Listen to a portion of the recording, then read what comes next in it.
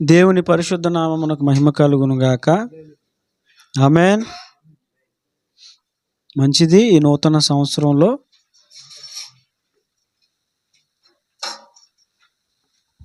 మొదటి పునరుద్ధాన ఆరాధనకు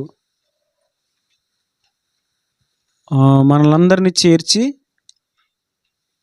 మరొక పర్యాయము దేవుని సన్నిధిలో నిలవబడి ఆయన మాటలు ప్రకటించుటకు ప్రభు నాకు ఇచ్చిన అవకాశాన్ని బట్టి మొట్టమొదటిగా నేను ప్రభుకి హృదయపూర్వకంగా వందనాలు, స్తోత్రాలు చెల్లిస్తున్నాను. ఈ ఆరాధనకు, ఈ పునరుద్ధాన ఆరాధనకు కూడి వచ్చిన నా ప్రియ తోటి దేవుని బిడ్డలు, ఆత్మీయులైనటువంటి మీ అందరూ కూడా నా ప్రత్యేకమైన వందనాలు నేను తెలియజేస్తున్నాను. అందరికీ వందనాలండి. నేటి దినము దేవుడు మన కొరకు సిద్ధపరిచిన దేవుని వాక్యాన్ని మనం విందాం. దయచేసి ఇంకెవరు అటు ఇటు చూడకండి. మీరు శ్రద్ధగా వింటే త్వరగా అయిపోద్ది వాక్యం. మీరు శ్రద్ధగా వినలేదనుకో చెప్పండి ఏమవుతుంది?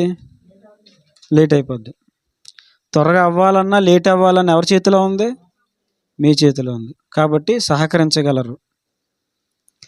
చూడండి, బైబిల్ నుంచి దేవుడు ఈనాడు మన కొరకు సిద్ధపరిచిన వాక్యాన్ని మనం విందాం. మత్తయి సువార్త 7వ అధ్యాయము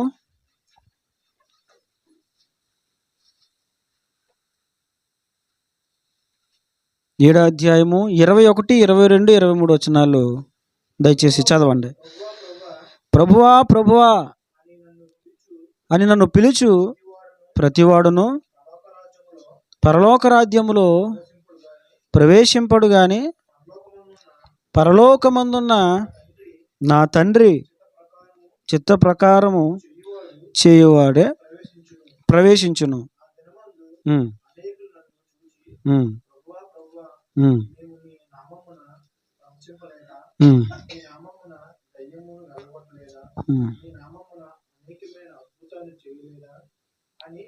చెప్పుదురు. అప్పుడు నేను మిమ్మును ఎన్నడను ఎరుగను, అక్రమము చేయవారులారా నా యొద్ద నుండి పొండని వారితో దేవుడి వాక్యముల ద్వారా మనతో మాట్లాడును గాక. ఈరోజు చెప్పబడుతున్నటువంటి వాక్యాలు కొంచెం మీకు కఠినంగా అనిపించినా వాటిని మీ హృదయంలోకి తీసుకోవాలని నేను ప్రభు దేవుని దాసునిగా ముందుగానే బ్రతిమలాడుతున్నాను. వాక్యాన్ని బట్టి జ్ఞాపకం చేస్తున్నాను.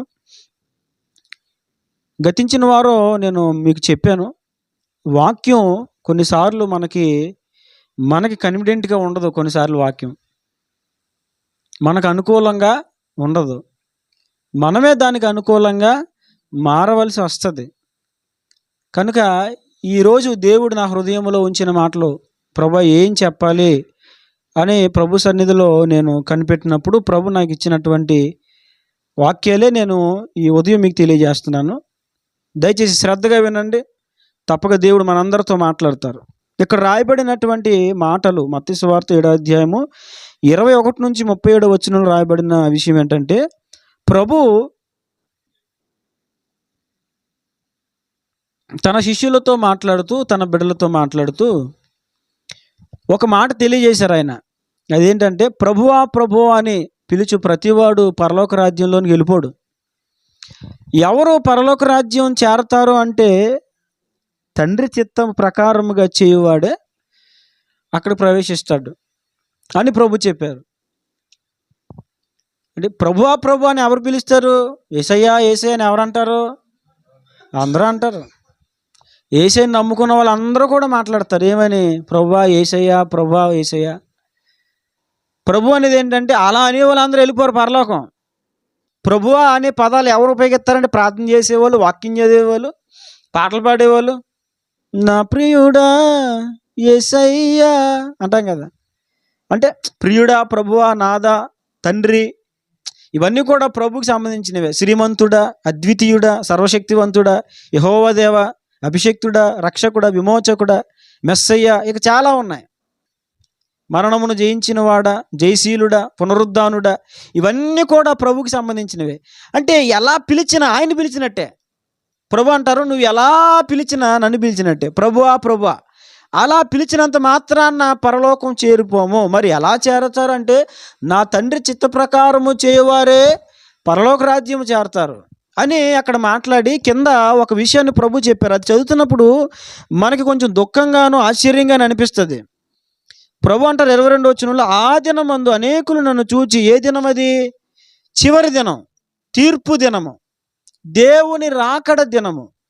ఆ దినమున అనేకులు ప్రభువును చూచి వాళ్ళు అంటారంట, ప్రభువా ప్రభువా మేము నీ నామమున ప్రవచింపలేదు, in the name of Jesus అని ప్రవచించారు. మేము నీ నామమున ప్రవచింపలేదా? నీ నామమున దయ్యములను వెళ్ళగొట్టలేదా? నీ నామమున అనేకమైన అద్భుతములు చేయలేదా అని చెప్పుదురు. ప్రభు మాట్లాడుతున్నారు. ప్రభువా ప్రభు అని పిలిచే ప్రతివాడు వెళ్ళిపోడు అని మాట్లాడి ప్రభు రెండోదిగా అంటున్నాడు. ఏమన్నారంటే, కొంతమంది ఆ దినాన్న నా దగ్గర నిలబడి అంటారు, ప్రభువా నీ నామమున మేము ప్రవచించలేదా? నీ నామమున మేము అద్భుతాలు చేయలేదా? నీ నామమున దయ్యములు వెళ్ళగొట్టలేదా? అంటే వీళ్ళందరూ ఎవరో కృపావరాలు పొందుకున్న వాళ్ళే. వీళ్ళందరూ ఎవరో దేవుని అభిషేకము పొందుకున్న వాళ్ళే. వీళ్ళందరూ దేవుని నామ పక్షముగా ప్రవచించిన వారు, స్వస్థత కార్యాలు చేసిన వారు. వీళ్ళు ప్రార్థన చేస్తే చచ్చిన వాళ్ళు ఎంతోమంది లేచారు. వీళ్ళు ప్రార్థన చేసినప్పుడు దయ్యాలు వెళ్ళిపోయినాయి. దయ్యాలు ఒకళ్ళు ప్రార్థన చేసినప్పుడు దయ్యాలు వెళ్ళిపోతూ ఉంటే, స్వస్థతలు జరుగుతూ ఉంటే, విడుదల కార్యాలు జరుగుతూ ఉంటే చచ్చిన వాళ్ళు లేచిపోతూ ఉంటే మనం ఏమనుకుంటాం? అమ్మో ఆ సేవకుడు చాలా గొప్ప సేవకుడు, మామూలు సేవకుడు ఏం కాదు అని అంటాం. కానీ ప్రభు ఇక్కడ ఏమన్నారంటే, అలాంటి వాళ్ళు కూడా ఉంటారు. అంటే వీళ్ళు సేవ చేశారు. ప్రవచించేది ఎవరు?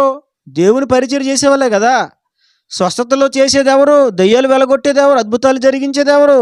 దేవుని పరిచయం చేసేవాళ్ళే కదా. అంటే ఓన్లీ సేవకులే కాదు, కానీ ఈ వరం దేవుడు విశ్వాసులకు కూడా ఇస్తాడండి. విశ్వాసులు ప్రార్థన చేసిన దయ్యాలు పోతాయి. సేవకుడు చేస్తేనే కాదు, విశ్వాసులు చేసిన అలాంటి కార్యాలు జరుగుతాయి. అంటే ఈ జాబితాలో సేవకులు విశ్వాసులు అందరూ ఉన్నారు. ఆ రోజు వీళ్ళందరూ నిలబడి, ఇదిగో మీ నామమున ప్రవచించాము, ఎన్నో అద్భుత కార్యాలు జరిగించాము, ఎన్నో స్వస్థతలు జరిగించాము, ఇదేంటిది అని అంటే ప్రభు మాట్లాడతారంట. ఏమనంటే చూడండి 23వ వచనంలో, అప్పుడు నేను మిమ్మును ఎన్నడూ ఎరుగను, అక్రమము చేయవారులారా నా యొద్ద నుండి పొండని వారితో చెప్పుదును. అప్పుడు ప్రభు అంటారంట, మీరు సేవ చేశారు నిజమే, మీరు ప్రార్థన చేశారు నిజమే, మీరు స్వస్థత కార్యాలు చేశారు నిజమే, భక్తిగా ఉన్నారు, భక్తి చేశారు నిజమే, భక్తి చేశారు నిజమే, నన్ను నమ్ముకున్నారు నిజమే, బాప్తీసం పొందారు నిజమే, ఆ మందిరానికి వచ్చారు నిజమే, వాక్యాన్ని గైకున్నారు నిజమే, అదంతా వాస్తవమే. నా కొరకు మీరు ఎన్నో శ్రమలు పడ్డారు, ఇబ్బందులు పడ్డారు నిజమే అదంతా. కానీ మీరు ఏం చేశారు తెలుసా?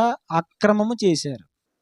అందుకే అక్కడ ఏమని మాట్లాడాడంటే ఆయన, అక్రమము చేయవారులారా నా యొద్ద నుండి పొండని వారితో చెప్పాను. జాగ్రత్తగా వినాలి. ఈ ఉదయం మనము చేస్తున్న మన భక్తిలోనైనా, చేసే పరిచర్యలోనైనా, సేవలోనైనా క్రమం అనేది చాలా ప్రాముఖ్యమైన విషయం. క్రమం అనేది చాలా ప్రాముఖ్యమైన విషయం. ఎందుకో తెలుసా? ఆ రోజున నువ్వు ఎన్ని దయ్యాలు వెళ్ళగొట్టావు, ఎంతగా భాషలు మాట్లాడావు, ఎన్ని రకాల భాషలు మాట్లాడావు, ఇవేమి దేవుడు అడగడు. మరి ఏంటి? క్రమంగా నడిచావా? క్రమం లేకపోవడం అంటే ఆజ్ఞాతిక్రమమే పాపం అని ఉంది. ఆజ్ఞను అతిక్రమిస్తేనే అక్రమం అవుతుంది. అందుకే బైబిల్, అక్రమము చేయవారులారా మీరెవరో నేను ఎరుగను, దయచేసి నా యొద్ద నుండి మీరు పొండే. కనుక ఈ ఉదయం మనం ఒక విషయంలో జాగ్రత్త తీసుకోవాలి. అదేంటంటే, మనము చేసే భక్తిలో, మనము చేసే పరిచర్యలో క్రమం అనేది చాలా ప్రాముఖ్యమైనది. క్రమం అనేది లేనప్పుడు దేవుడు వాళ్ళ అక్రమం చేయవారులారా మీరెవరో నేను ఎరుగను, మీరు ఎక్కడి నుంచి పొండి అని మాట్లాడతాడు ఆయన. అవును, మన భక్తిలో, మనం చేసే సేవలో క్రమం అనేది చాలా చాలా చాలా ప్రాముఖ్యమైనది. ఇది చాలా ప్రాధాన్యమైనది. ఆ రోజున ఎంతోమంది దయ్యాలు వెళ్ళగొట్టిన వాళ్ళు, ప్రపంచానికే ప్రఖ్యాతిగాంచిన వాళ్ళు ఎంతోమంది ప్రసంగికులు బయలుదేరతారు. అప్పుడు ప్రభు మీ నామం మనం ప్రవచింపలేదా అంటే ప్రభు అంటారు, నీవెవడో నాకు తెలీదు, నువ్వు అక్రమం చేసావు, సేవ చేసావు కానీ నీ సేవలో అక్రమము, భక్తి చేసావు కానీ భక్తిలో అక్రమము.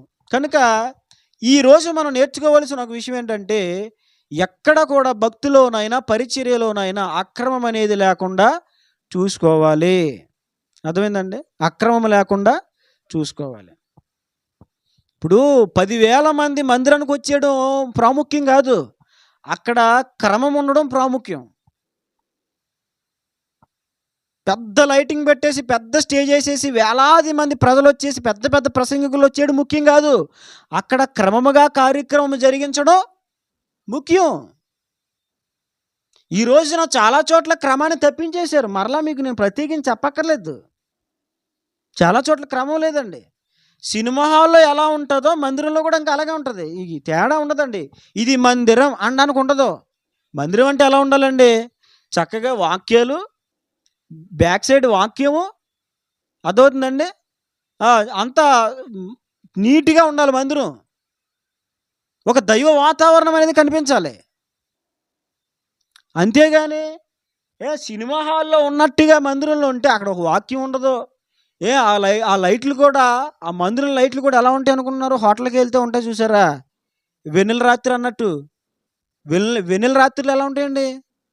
వెన్నెల రాత్రులు చాలా లైటింగ్ తక్కువ ఉంటుంది. హోటల్లో కూడా అలాగే ఉంటుంది.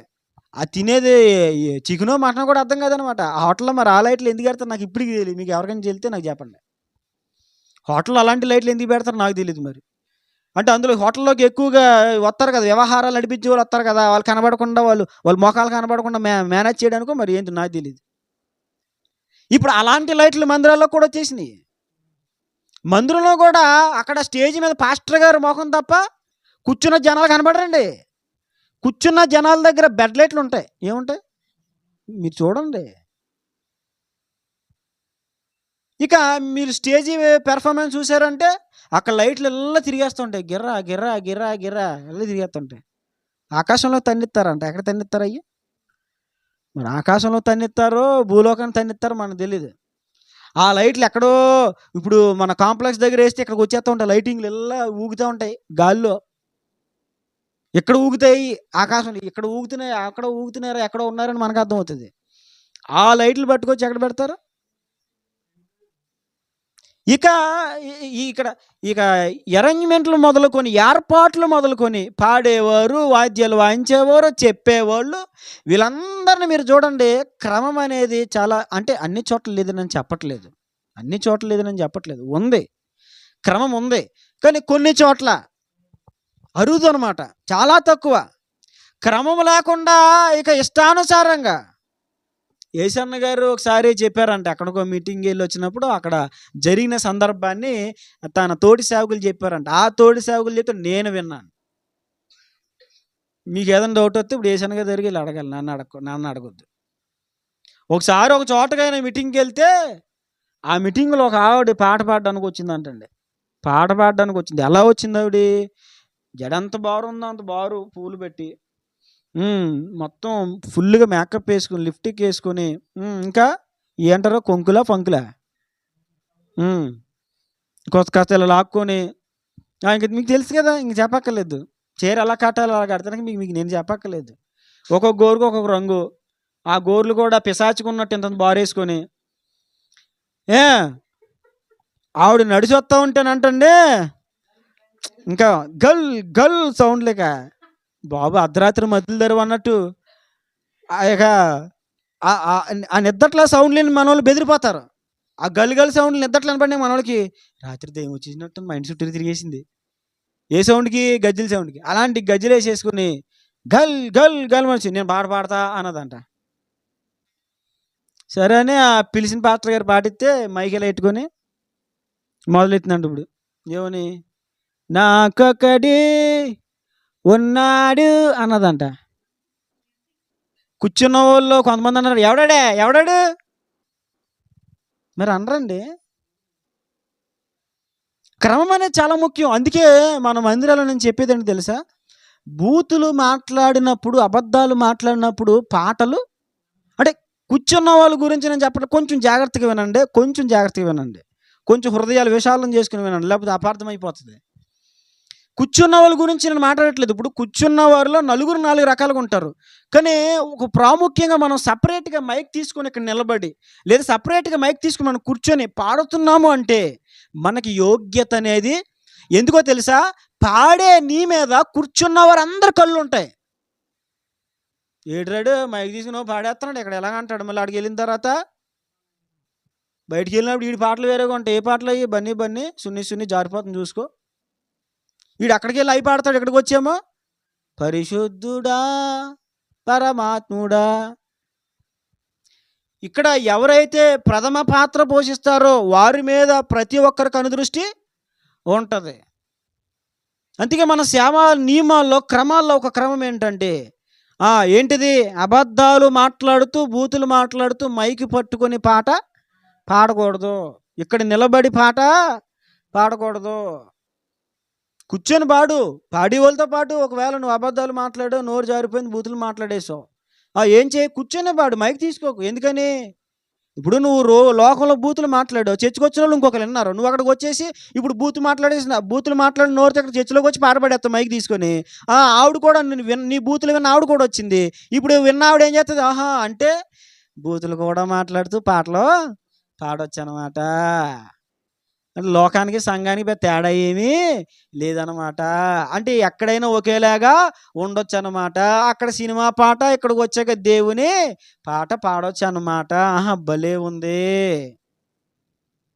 ఎందుకో తెలుసా? అక్రమం జరుగుతుంది. గమనించండి, అక్రమం ఉన్న చోట దేవుడు నివసించడు. Discipline is very important.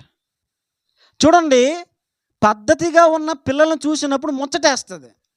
మా వాడు ఒక్కోసారి పడుకొని సీలింగ్ అంగు చూసుకుని అమ్మాయికుల్లాగా, మా వాడు రాత్రి బల్లులకి దోమలు కాపలా కాతున్నాడండి. పడుకుంటలేదు, బల్లులకి దోమలకి కాపలా, సీలింగ్ ఇలాగా అని నవ్వుకుంటాడు. మరి ఆ బల్లిని దడిపెత్తాడో ఏంటో నాకు తెలియదు. అలా 12 గంట ఆడితో మాకు పాటు మాకు నిద్ర పోనీళ్ళకి ఏం చేస్తాం, తప్పదు. అలా చూసి ఇలా అంటుంటాడు. ఒకసారి ఆడు కాముగా పడుకొని చాలా మౌనంగా మేము పనులు చేసుకుంటాం అక్కడ పడుకొని సోఫాలో పడుకొని మా వంక ఇలా చూస్తాడు. ఆడి డిసిప్లిన్, ఆడు మౌనం చూసినప్పుడు నాకు ఎంత ముందు వచ్చేస్తాడో ఎత్తేసుకుంటాను ఒక్కొక్కసారి నేను. క్రమశిక్షణ. క్లాసులో మాస్టర్ ఎవరిని ప్రేమిస్తాడు?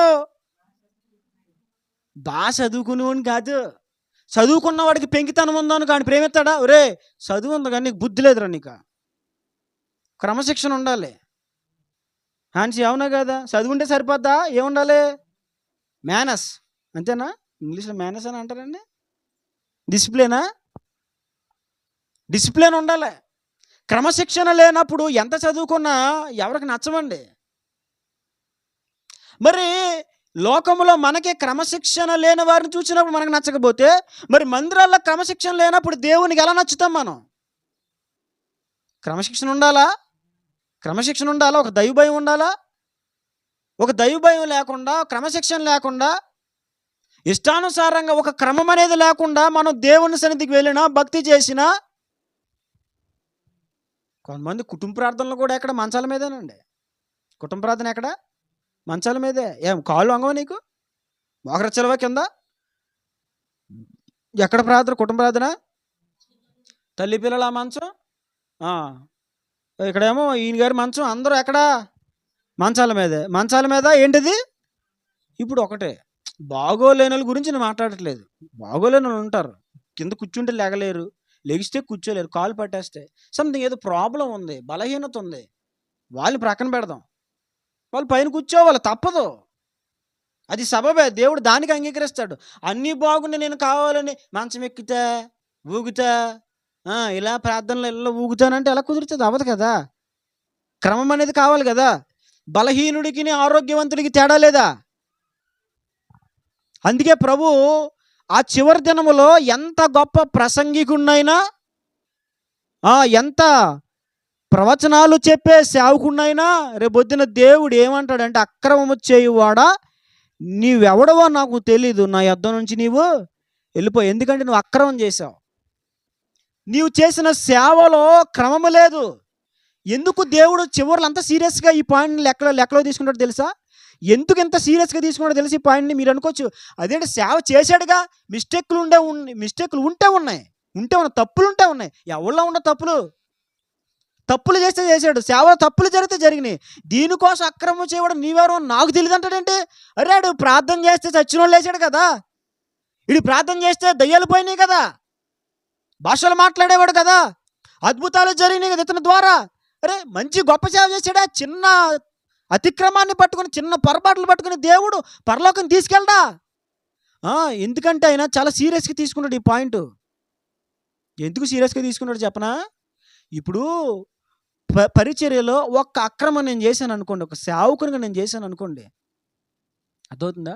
ఒక సేవకునిగా ఇప్పుడు నేను పర్లేదు జాషువా, పర్లేదు చిన్న అబద్ధాలు మాట్లాడవచ్చు అన్నాను అనుకో, బలహీనతలు ఎవరికొండో అని చెప్పాను అనుకో, అదేంటిది అక్రమం అవుతుంది. చిన్నదే చివరికి ఏమవుతుంది తెలుసా? ఇది మహావృక్షం అయిపోతుంది.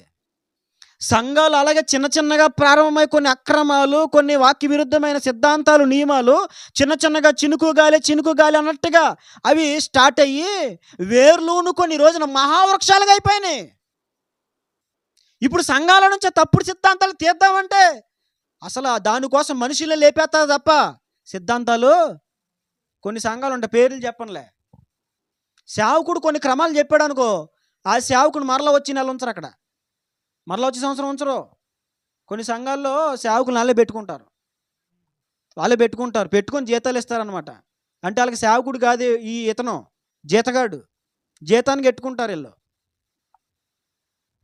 జీతానికి ఎట్టుకొని సేవ చేయించుకుంటారు. ఇప్పుడు ఈ పాపం ఏదో జీతానికి చేసిన ఇతను ఏదో వాక్య సంబంధమైన మాట చెప్పాడు అనుకో, వెంటనే సంఘ పెద్దలందరూ కూర్చొని మాట, రే అది ఏంటి ఇలా చెప్తున్నాడు, లేపేదా తీసేయాలి మా ట్రాన్స్ఫర్, ఏంటది ట్రాన్స్ఫర్ అంతే. ఈయన ఇక్కడ నుంచి తీసుకెళ్ళి ఎక్కడో కర్నూలులో పడేస్తారు. అక్కడ ఎవడైనా ఒక అమాయకుడు దొరికాడు అనుకో, పాస్టర్ గారు ప్రైజ్ లార్డ్ అయ్యగారు ఇలా చెయ్యాలంటే చేసేద్దా, ఓకే రైట్ అని వాళ్ళు తెచ్చుకుంటారనమాట. క్రమాలు కొనసాగించట్లేదు. ఎందుకని తెలుసా? ఆ అక్రమాలు, ఆ తప్పుడు విధానాలు వేర్లు నుగ్గిపోయిన సంఘాల్లో ఇంకెక్కడ క్రమం వస్తుంది. అందుకే దేవుడి పాయింట్ చాలా సీరియస్గా తీసుకుంటాడు చివరి దినాల్లో. ఎందుకని ఆ అక్రమము, ఆ చిన్న పొరపాటు సంఘంలో ప్రాకుపోయి అది విషముగా మారిపోయి అనేకులు తప్పిపోవడానికి దారి తీస్తుంది. చిన్న తప్పు చాలు ప్రమాదం రావడానికి. గతంలో మనం చూసాం కదండి, మన హృదయాలను కుదిపేసింది కోరమండల్ ఎక్స్ప్రెస్. ఏమైంది? మెయిన్ లైన్లో వెళ్ళాల్సినటువంటి ఆ ట్రైను లూప్ లైన్లోకి వచ్చేసింది. చిన్న మిస్టేక్ అంతే, ట్రాక్ కొంచెం అలా కలుపుంటే అలా వెళ్ళిపోతుంది అది, కానీ ట్రాక్ మార్చలేదు, కొంచెం ఇలా ఉందంతే. ఏమంటే దిశ మారడానికి ఎంత అండి? ట్రైన్ ట్రాక్స్ చూశారు కదా, దిశ మారడానికి ఎంత? కొంచెమే. ఆ ట్రాకుల నుంచి లేచి ఈ ట్రాకుల నుంచి కలవడానికి ఇంతే నాకు తెలిసి ఇంత గ్యాప్ ఉంటుంది అంతే, ఇంతే గ్యాప్. ఒక జానడు అనుకోండి, ఇంతే గ్యాప్. ఆ ట్రాక్ నుంచి వచ్చి ఈ ట్రాక్ ఇలా అతుక్కోవడానికి ఇంతే గ్యాప్ ఉంటుంది, ఇంతే. ఇంత గ్యాప్ కలపకపోవడం వల్ల వందలాది మంది చచ్చిపోయారు, మృతదేహాలే పడిపోయారు వందలాది మంది. కారణం ఏంటి? చిన్నదే. చాలామంది చిన్నదే కదా పర్లేదు, ఏంటి చిన్నది పర్లేదు ఏంటి? చిన్నవే కదా వేర్లు ఉనుకుపోతున్నాయి సంఘాల్లోనే. అందుకే దేవుడు ఈ పాయింట్ని చాలా సీరియస్గా తీసుకుంటాడు లాస్ట్లోనే. అక్రమము చేయవారులారా మీరు ఎవరో నాకు తెలీదు, నా యొద్ద నుండి పోండి. క్రమము కలిగిన వారే దేవునికి ఇష్టలు. ఏసన్న గారే ఒకసారి ఆయన ప్రసంగంలో చెప్తుంటే వీడియోలో నేను విన్నాను. ఆయన మీటింగ్ కోసం ఎక్కడికో రాత్రంతా ప్రయాసపడి వెళ్ళారంటండి. రాత్రంతా నిద్రలేదు ప్రయాణంలో. మీటింగ్ ప్లేస్ చేరుకున్నారు. అక్కడ పిలిచిన వారు రూమ్ ఇచ్చారు. ఆ రూమ్కి వెళ్ళిన తర్వాత భార్య భర్తలు ఇద్దరు పిలిచి, అయ్యా ఇదిగోండి ఈ రూమ్లో ఉండండి, ఇదిగో మా పిల్లలు, వాళ్ళు మిమ్మల్ని చూసుకుంటారు, మేము వచ్చేస్తాము, ఈలోపు మీ పిల్లలు ఉంటారు మీతో పాటు అంటే, ఆ పిల్లల్ని చూసి చాలా మురిచిపోయి ఈయన అన్నాడంట, దేవుడు మంచి పిల్లల్ని ఇచ్చాడమ్మా మీకు అని అన్నారంట ఏసన్న గారు. ఎందుకని అంత అందంగా ఉన్నారు వాళ్ళు. ఆయన చెప్పాడు, పట్టుకుంటే మార్బుల్స్లా ఉన్నారంట. ఆయన ఇలాగే చెప్పాడు, బొగ్గ మీద ఇలాగ అంటే కందిపోద్దాను, అంత బాగున్నారంటండి ఇద్దరు పిల్లలు, చక్కగా పండేరిపు అనమాట, చాలా బాగున్నారు. ఇలా ఇలా పట్టుకుని డాగడిపోద్ది అనమాట. అంత బాగున్నారు అందంగా బొమ్మల్లాగా. ఎంతో ముచ్చట పడిపోయి పిల్లల్ని చూసి ఆయనకి ఎలా పెళ్లి చేసుకోలేదు కదా! పిల్లలంటే ముచ్చట ఉంటుంది. పెళ్లి కాకపోయినా పెళ్లి చేసుకున్నా చిన్నపిల్లలంటే ఎవరికైనా ముచ్చటే. పగలు ప్రతీకారాలు ఎలా ఉన్నా పిల్లల్ని చూడగానే ఎత్తుకోవాలి, ముచ్చటేస్తది. ఎందుకని పాపం వాళ్ళకి పగ, ద్వేషాలు, కోపాలు అవేం తెలియవు. వాళ్ళ రూపం చాలా అందంగా ఉంటుంది. చిన్ని చిన్ని కళ్ళు చక్కగా చిన్న రూపాన్ని వేసుకొని అందంగా ఉంటారు. ఈయన ఆళ్ళని చూసి ఆళ్ళ తల్లిదండ్రులు మంచి పిల్లల్ని దేవుడిచ్చాడమ్మంటే వాళ్ళు అన్నారంట, మేము కాసేపట్లో వస్తామండి, వాళ్ళు మంచోళ్ళంటే మీకు తెలిసిపోద్దులే అన్నారంట యేసన్న గారితో. పాపం ఈయన సూట్ కేసు లోపలెట్టుకొని రాత్రంతా ప్రయాణం చేశాడు కదా ఈయన. టిఫిన్ చేసి ఉదయం రాత్రంతా నిద్ర లేకపోవడం వల్ల కాసేపు పడుకుందామని మంచం ఎక్కి పడుకున్నాడంట ఈయన. మంచం ఎక్కి తలుపు తగ్గి జారేసి మంచం ఎక్కి పడుకున్నాడంట ఈయన. పడుకుంటే ఈలోపు ఈయనకి తెలీదు ఆ పిల్ల వచ్చిందంట. తెల్లగా మార్బుల్స్లా ఉన్నారు, ముచ్చటగా ఉన్నారు అన్నాడు కదా ఈయన యేసన్న గారు. వాళ్ళిద్దరు వచ్చారంట. ముందు పాప వచ్చిందంట. వచ్చి ఏది బ్లేడు, ఏ బ్లేడ్ అండి? Shaving blade. షేవింగ్ బ్లేడ్ తీసుకొచ్చి కాళ్ళు గోర్లు కట్ చేస్తున్నాడు. ఈయన నిద్రలో ఈయన తెలియలేదంట. కోసి ఆయన కాలు కోసేసిందంట. ఆయన బాబాయ్ అని చెప్పి లేచేసరికి మొత్తం రక్తం వచ్చేస్తుందంట ఆయనకి. అని సైతాను పో బయటికి అని తిట్టేశారంట యేసన్న గారు. పడుకుంటే కాలు రక్తం వచ్చేస్తాను, నువ్వు ఏంటి ఏం చేస్తానంటే కాలు గోర్లు చేస్తున్నాను యేసన్న గారు అన్నదంట. ఏం గోర్లు తెస్తున్నావు? నాకు కాలు మొత్తం కోసి పడేసా, బయటికి వెళ్ళా అన్నాడంట ఆయన. బయటికి పంపేసి గద్దించేసి పడుకొని మళ్ళీ నిద్రపోతుంటే ఈలోపు ఈడు వాళ్ళ తమ్ముడు వచ్చాడంట. ఈడు మంచం కింద దెబ్బలంతో కూర్చాడంట పైకి ఆయన్ని.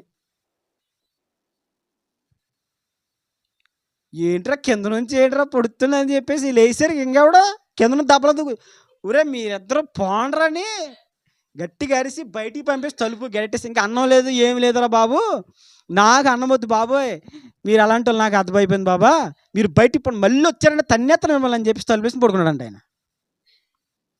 చూసారు, అందం ఉందగానే ఏమి లేదు, క్రమశిక్షణ లేదు. అందం ఉందగానే ఏమి లేదండి, క్రమశిక్షణ లేదు. కొన్ని చోట్ల చూడండి, కొన్ని ఇంట్లోకి వెళ్ళినప్పుడు పిల్లలు తల్లిదండ్రులు కూడా పిల్లలకి కొన్నిసార్లు పద్ధతులు నేర్పరండి. ఇప్పుడు ఎవరైనా పెద్దోళ్ళు వచ్చినప్పుడు పిల్లలు ముందు ఎదురెళ్ళినప్పుడు ఏం చేయాలి? అమ్మ పలానాలు వచ్చారమ్మా అని చెప్పాలి. అమ్మ పనిలో అంటే రండి కూర్చొని మంచినీళ్ళు తాగుతారని ఇవ్వాలి. ఈ పిల్లలు అలా కాదండి, ఈ పిల్లలు అలా కాదు. మీ నాన్న ఉన్నట్టు ఎందుకు వచ్చావు? మా నాన్న పనిలో అన్నాడు, వెళ్ళిపో మళ్ళీ రా.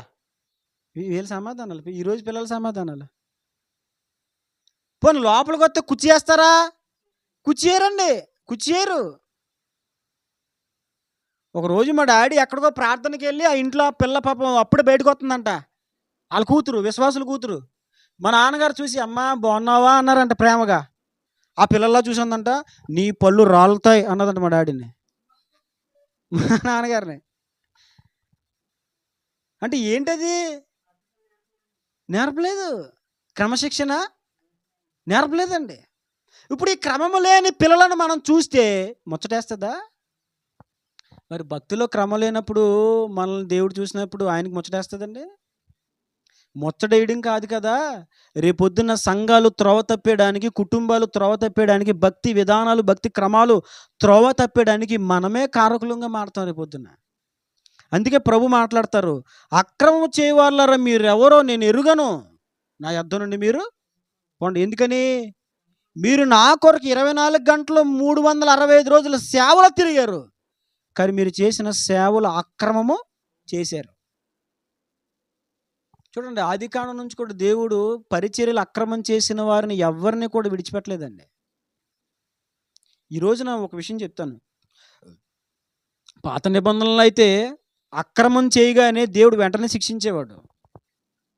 కానీ ఇప్పుడు ఈ కృపాకాలంలో అక్రమాలు చేసిన దేవుడు వెంటనే శిక్షించట్లే. ఎందుకని? చేయరా పర్వాలేదనా? కాదు, మార్పు చెందుతారు అని అవకాశాలు ఇస్తున్నాడు దేవుడు. మారతారు అని దేవుడు అవకాశాలు ఇస్తున్నాడు. అప్పుడులేగా దేవుడు ఇప్పుడు అందరిని శిక్షించేస్తే మనం ఎవరు భూమి మీద ఉండమండి. ఆయన శిక్షించట్లేదు కాబట్టి, కృప చూపిస్తున్నాడు కాబట్టి, అవకాశాలు ఇస్తున్నాడు కాబట్టి, కొన్ని ఆ ఛాన్సులు దేవుడు ఇస్తున్నాడు, కొన్ని తరుణాలు దేవుడు ఇస్తున్నాడు కాబట్టి ఈ రోజున మనం క్షేమంగా ఉండగలుగుతున్నాం. కనుక మన భక్తి జీవితానికి, మన సేవా జీవితానికి క్రమము చాలా ప్రాముఖ్యము. క్రమము చాలా ప్రాముఖ్యము. పిప్పర చర్చిలో మా తాతయ్య గారు ఈ కూర్చొని జనాలు ఉంటారు చూసారండి, కూర్చునే వాళ్ళు కూడా కరెక్ట్గా వరుసలో కూర్చోవాలి. మా తాతయ్య గారు చాలా క్రమం అండి, చాలా క్రమం. ఇప్పుడు ఈ రోజు నేనైతే అలా మిమ్మల్ని ఏం అనట్లేదు, అంటే కూర్చునే చోట కూడా క్రమం చెప్తున్నాను. మా తాతయ్య గారు ముందు వచ్చిన వాళ్ళు ముందు లైన్ పూర్తి చేయాలి. ముందు లైన్ పూర్తి అయితేనే వెనకాల మన వాళ్ళనుకు కుర్చీలు నింపుతారా ఫస్ట్, నింపరు. మరి ఏం చేస్తారు కొంతమంది, నేను ముందుకెళ్ళిపోతా నాకు టేజ్ కనపడాలి అని అక్కడికి వెళ్ళిపోయి కూర్చుంటారు. కొంతమంది ఎందుకులే వెనకాల ఉంటే ఫోన్ నొక్కోవడానికి గమ్మున అలో అలో అలో అనుకోవడానికి బాగుంటుందని వెనక్కి వెళ్తారు.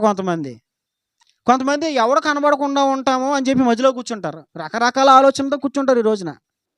కానీ మా తాతయ్య అలా కాదు, ముందు ఫస్ట్ రో నింపాలి, ఇది నిండిన తర్వాత వచ్చిన వాళ్ళు వెనకాల అలా వరుసగా 1, 2, 3, 4 క్రమశిక్షణ. ప్రతి దాంట్లో క్రమం. వస్త్రాల్లో కూడా క్రమం. ప్రతిదీ చూసేవారు మా తాతయ్య గారు, వస్త్రాలు కూడా చూసేవారు. చెప్పాను కదా, ఒకసారి కాంగో కొట్టే ఒకడు బొమ్మల సొక్క వేసుకొచ్చాడు, బొమ్మల సొక్క. మా తాతయ్య గారు దిగిపోమన్నారు, రే దిగు వెళ్ళి సొక్క మార్చుకురా అని అన్నారు. ఎందుకని మరి ఏ సొక్కైతో పడితే ఆ సొక్కైతో మనం ఏమండి కూర్చుంటే అయిపోతుందండి. ఇప్పుడు హోటల్స్లో చేసేవాళ్ళు ఉంటారండి, పెద్ద పెద్ద హోటల్స్లో, వాళ్ళకి ఏముంటుంది, యూనిఫామ్ ఉంటుంది, టోపీ ఉంటుంది. ఇప్పుడు ఆపరేషన్ థియేటర్లో డాక్టర్స్ ఉంటారు, వాళ్ళ తలలకి ఏముంటాయి, టోపీలు ఉంటాయి, క్యాప్స్ ఉంటాయి. ఎందుకు క్యాప్స్, మనం కుదురుండం కదా ఆపరేషన్ చేస్తా, అబ్బా ఏంటబ్బా అని ఇలా అన్నాం అనుకో, కాస్త ఎండుగులు కాస్త వెళ్ళి, అందుకని ఏం పెట్టుకోవాలి, టోపీ, గ్లౌజులు. అప్పుడు చేతులు ఏంటిది గాజులు ఉండకూడదు, ఉంగరాలు ఉండకూడదు, నెయిల్ పాలిష్లు ఉండకూడదు, ఇవేమి ఉండకూడదు. ఇది చూడండి వారి కండిషన్స్, యూట్యూబ్లో వాళ్ళు చెప్తారు ఎలాంటి జాగ్రత్తలు తీసుకోవాలో. ఈ కండిషన్స్ అన్నీ కూడా పాటించి చెయ్యాలి. ఇవేమీ లేకుండా ఆపరేషన్ అంటే అవ్వదండి. పరిచర్యలో, భక్తిలో కూడా అంతే. క్రమం అనేది చాలా వెరీ వెరీ ఇంపార్టెంట్. నువ్వు ఎంత భక్తి చేసావనేది కాదు, నువ్వు చేసిన భక్తిలో క్రమం ఉన్నదా లేదా. క్రమం అనేది చాలా ఇంపార్టెంట్, చాలా ప్రాధాన్యం, చాలా ప్రాముఖ్యం అది. చూడండి, క్రమము లేకుండా సేవ చేసిన వారి జీవితాలు కొద్దిసేపు మనం ఈరోజు ధ్యానిద్దాం. ఈరోజు వాక్య భాగం, వర్తమానం అదే మనకి. రండి బైబిల్ నుంచి లేవియా కాండము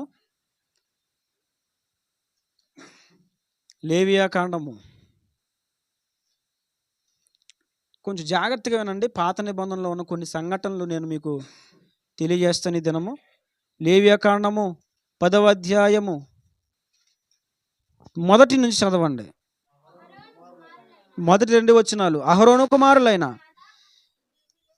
నాదాబు, అబీహులు తమ తమ ధూపార్తులను తీసుకొని వాటిలో నిప్పులుంచి వాటి మీద ధూపద్రవ్యము వేసి యెహోవా తమకు ఆజ్ఞాపింపని వేరొక అగ్నిని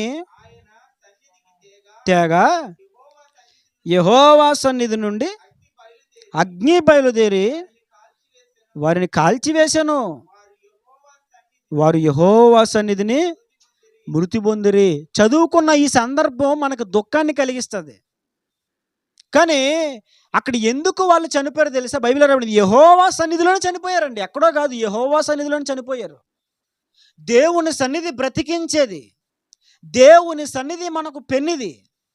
దేవుని సన్నిధిలో ఆశీర్వాదాలు ఉంటాయి, దేవుని సన్నిధిలో సర్వ సమృద్ధి ఉంటుంది, దేవుని సన్నిధిలో కాపుదల ఉంటుంది, దేవుని సన్నిధిలో గొప్ప ఆశీర్వాదం ఉంటుంది, నెమ్మది ఉంటుంది, దేవుని సన్నిధిలో ఆరోగ్యం ఉంటుంది. అలాంటి సన్నిధిలో వాళ్ళు చనిపోయారు. కారణం ఏంటి తెలుసా?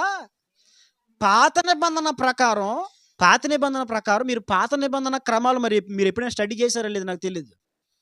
పాత నిబంధన ప్రకారం ఒకవేళ స్టడీ చేయకపోతే నేను చెప్తాను వినండి.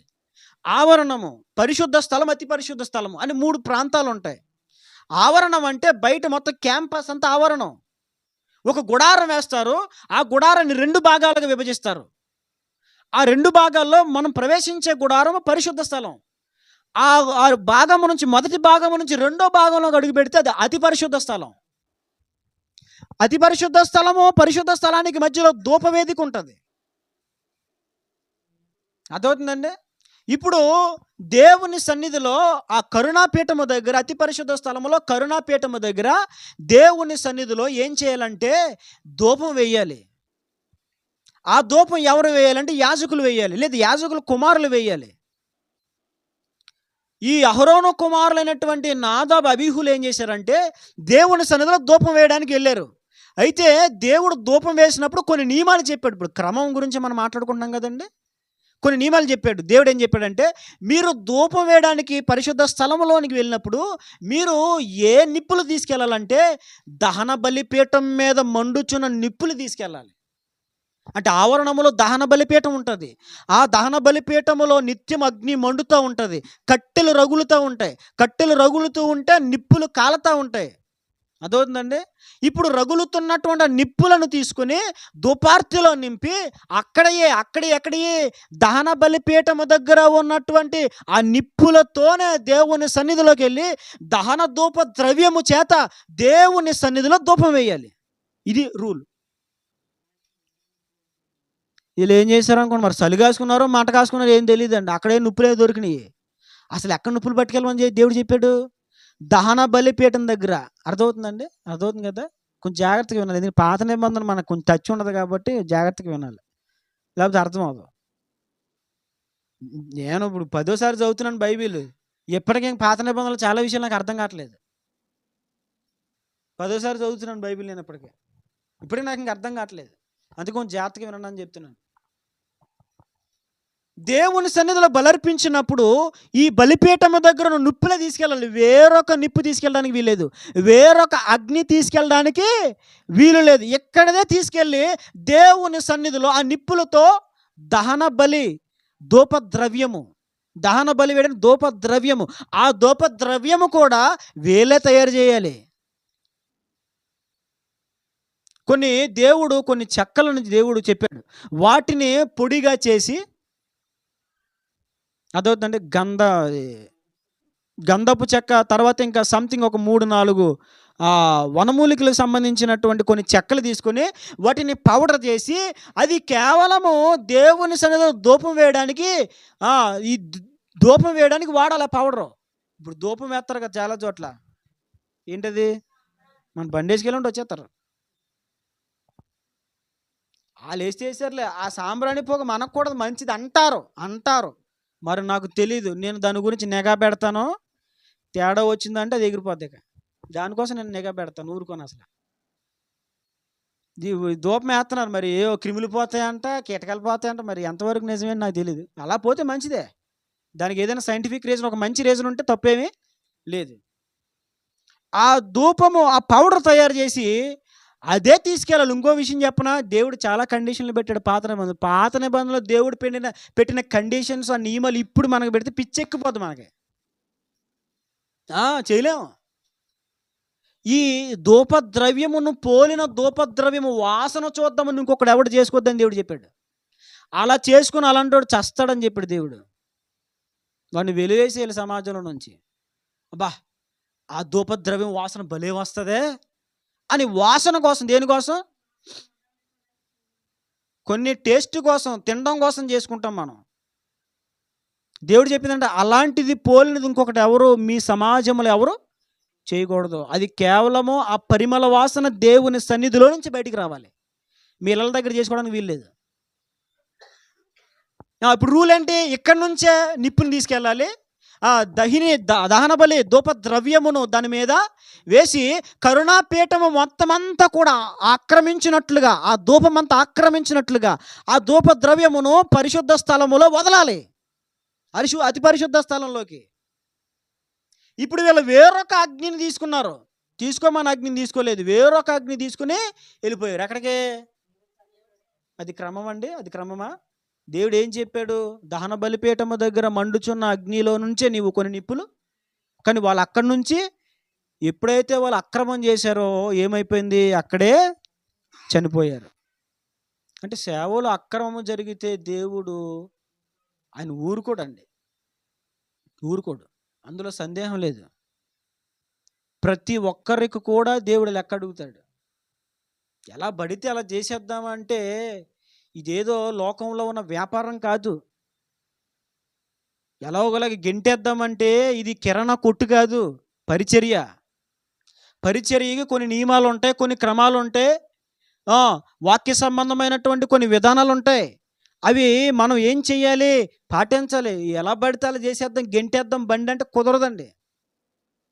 ఇక్కడ ఏమైపోయింది, నాదాబు అబీహులు దేవుని సన్నిధిలో అన్యాగ్ని తీసుకొచ్చినందుకు అక్కడే ఏమైపోయారండి, దేవుని అగ్ని వచ్చి వారిని దహించేసింది, వారు కాలిపోయారు.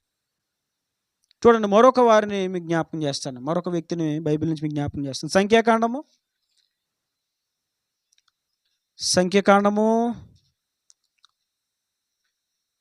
20వ అధ్యాయము, సంఖ్యాకాండం 20వ అధ్యాయము 7వ వచనం నుంచి దయచేసి త్వరగా చదవండి. సెలవిచ్చాను.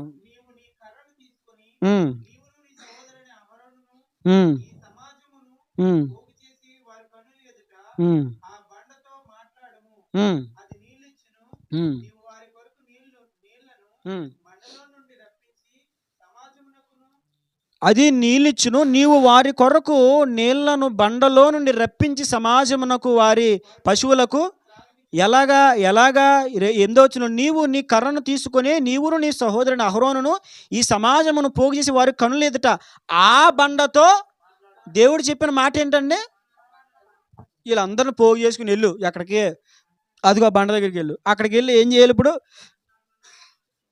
యెహోవా నామమున బండ నుంచి నీళ్లు వచ్చును గాక, నా జనుల దాహము తీర్చబడును గాక, బండ నుండి నీరు ఏరులై పారును గాక, సమృద్ధిగా వచ్చును గాక అని అక్కడ మాట్లాడాలి.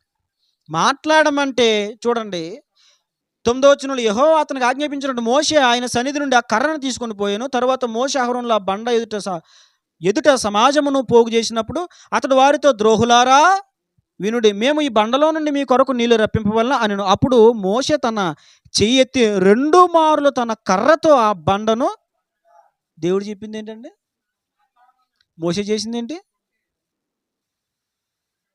అంతేకాదు అక్కడ దేవుడు బండతో మాట్లాడన్నాడు, బండతో మాట్లాడలేదు, జనాలు తిట్టాడు ద్రోహులారా అని, అక్కడ కాని మాట పలికాడు. దేవుడు చెప్పింది ఏంటి, కాదేశుకు వచ్చారు ప్రజలు, కాదేశికి ప్రజలు వచ్చినప్పుడు అక్కడ వాళ్ళకి త్రాగుటకు నీళ్లు లేవు.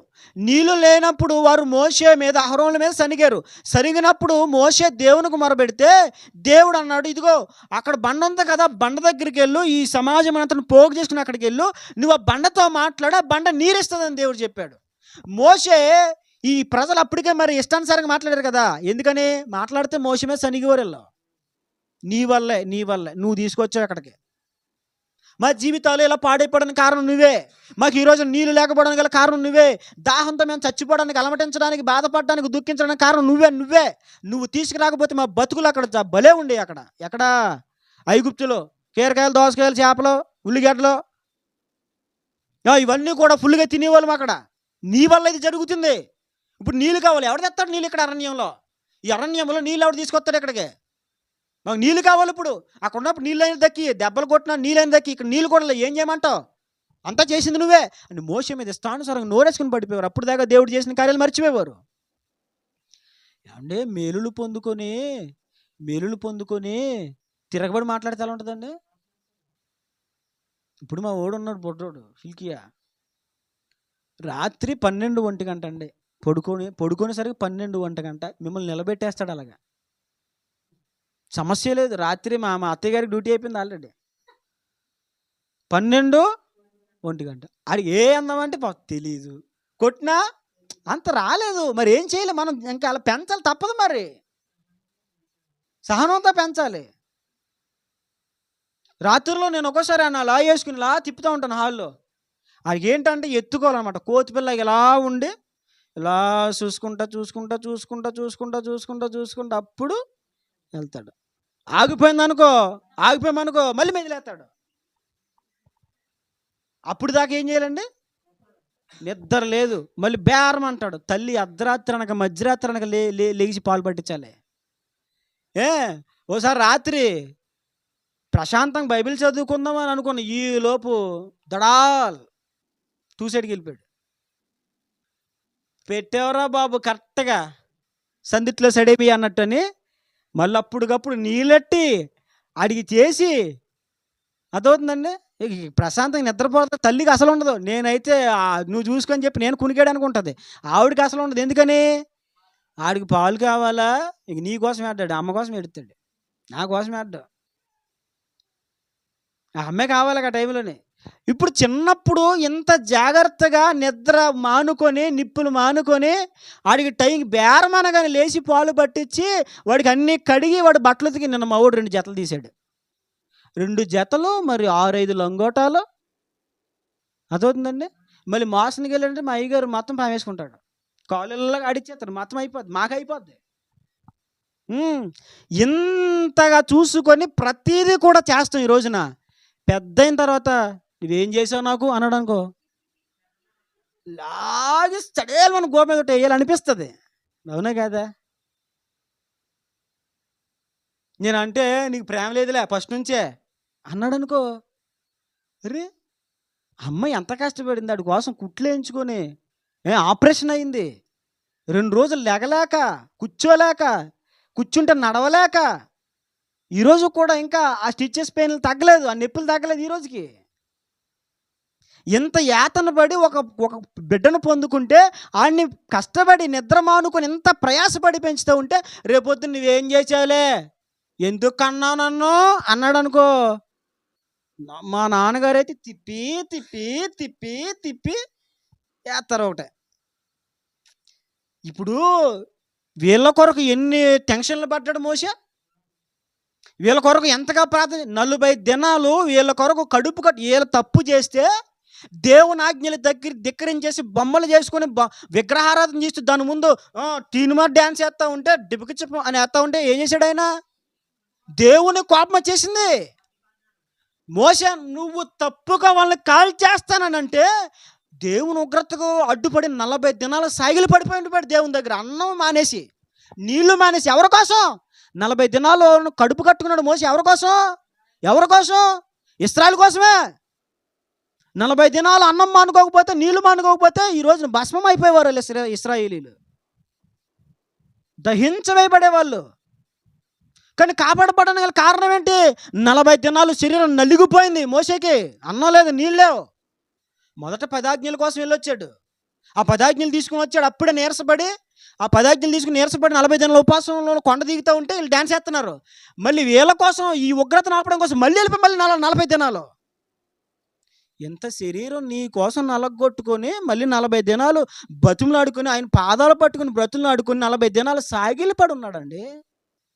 40 దినాలు ఎలా ఉన్నాడు?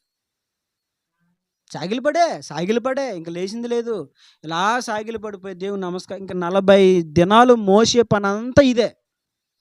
అయ్యా వాళ్ళని క్షమించయ్యా, క్షమించయ్యా, అయ్యా వాళ్ళని ఏం చేయకయ్యా, మా పితరులకు మా తండ్రులకు నువ్వు ఇచ్చిన వాగ్దానం జ్ఞాపకం చేసుకో ప్రభువా అని మొరపెట్టుకుని 40 దినాలు బ్రతులు ఆడుకున్నాడు. అన్నం కూడా నేను తిన్ను, నాకు వద్దు అన్నం.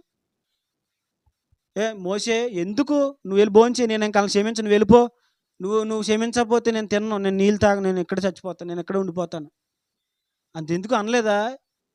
నీ జీవగ్రంథంలో నా పేరు తుడిచే అని అనలేదా ఒకసారి మోసే గారు? ఎంతగా వాళ్ళ కోసం ప్రయాసపడితే ఇక్కడికి వచ్చిన తర్వాత మళ్ళీ మోసే ఏం నువ్వు, నీ వల్ల జరుగుతుంది ఇదంతా.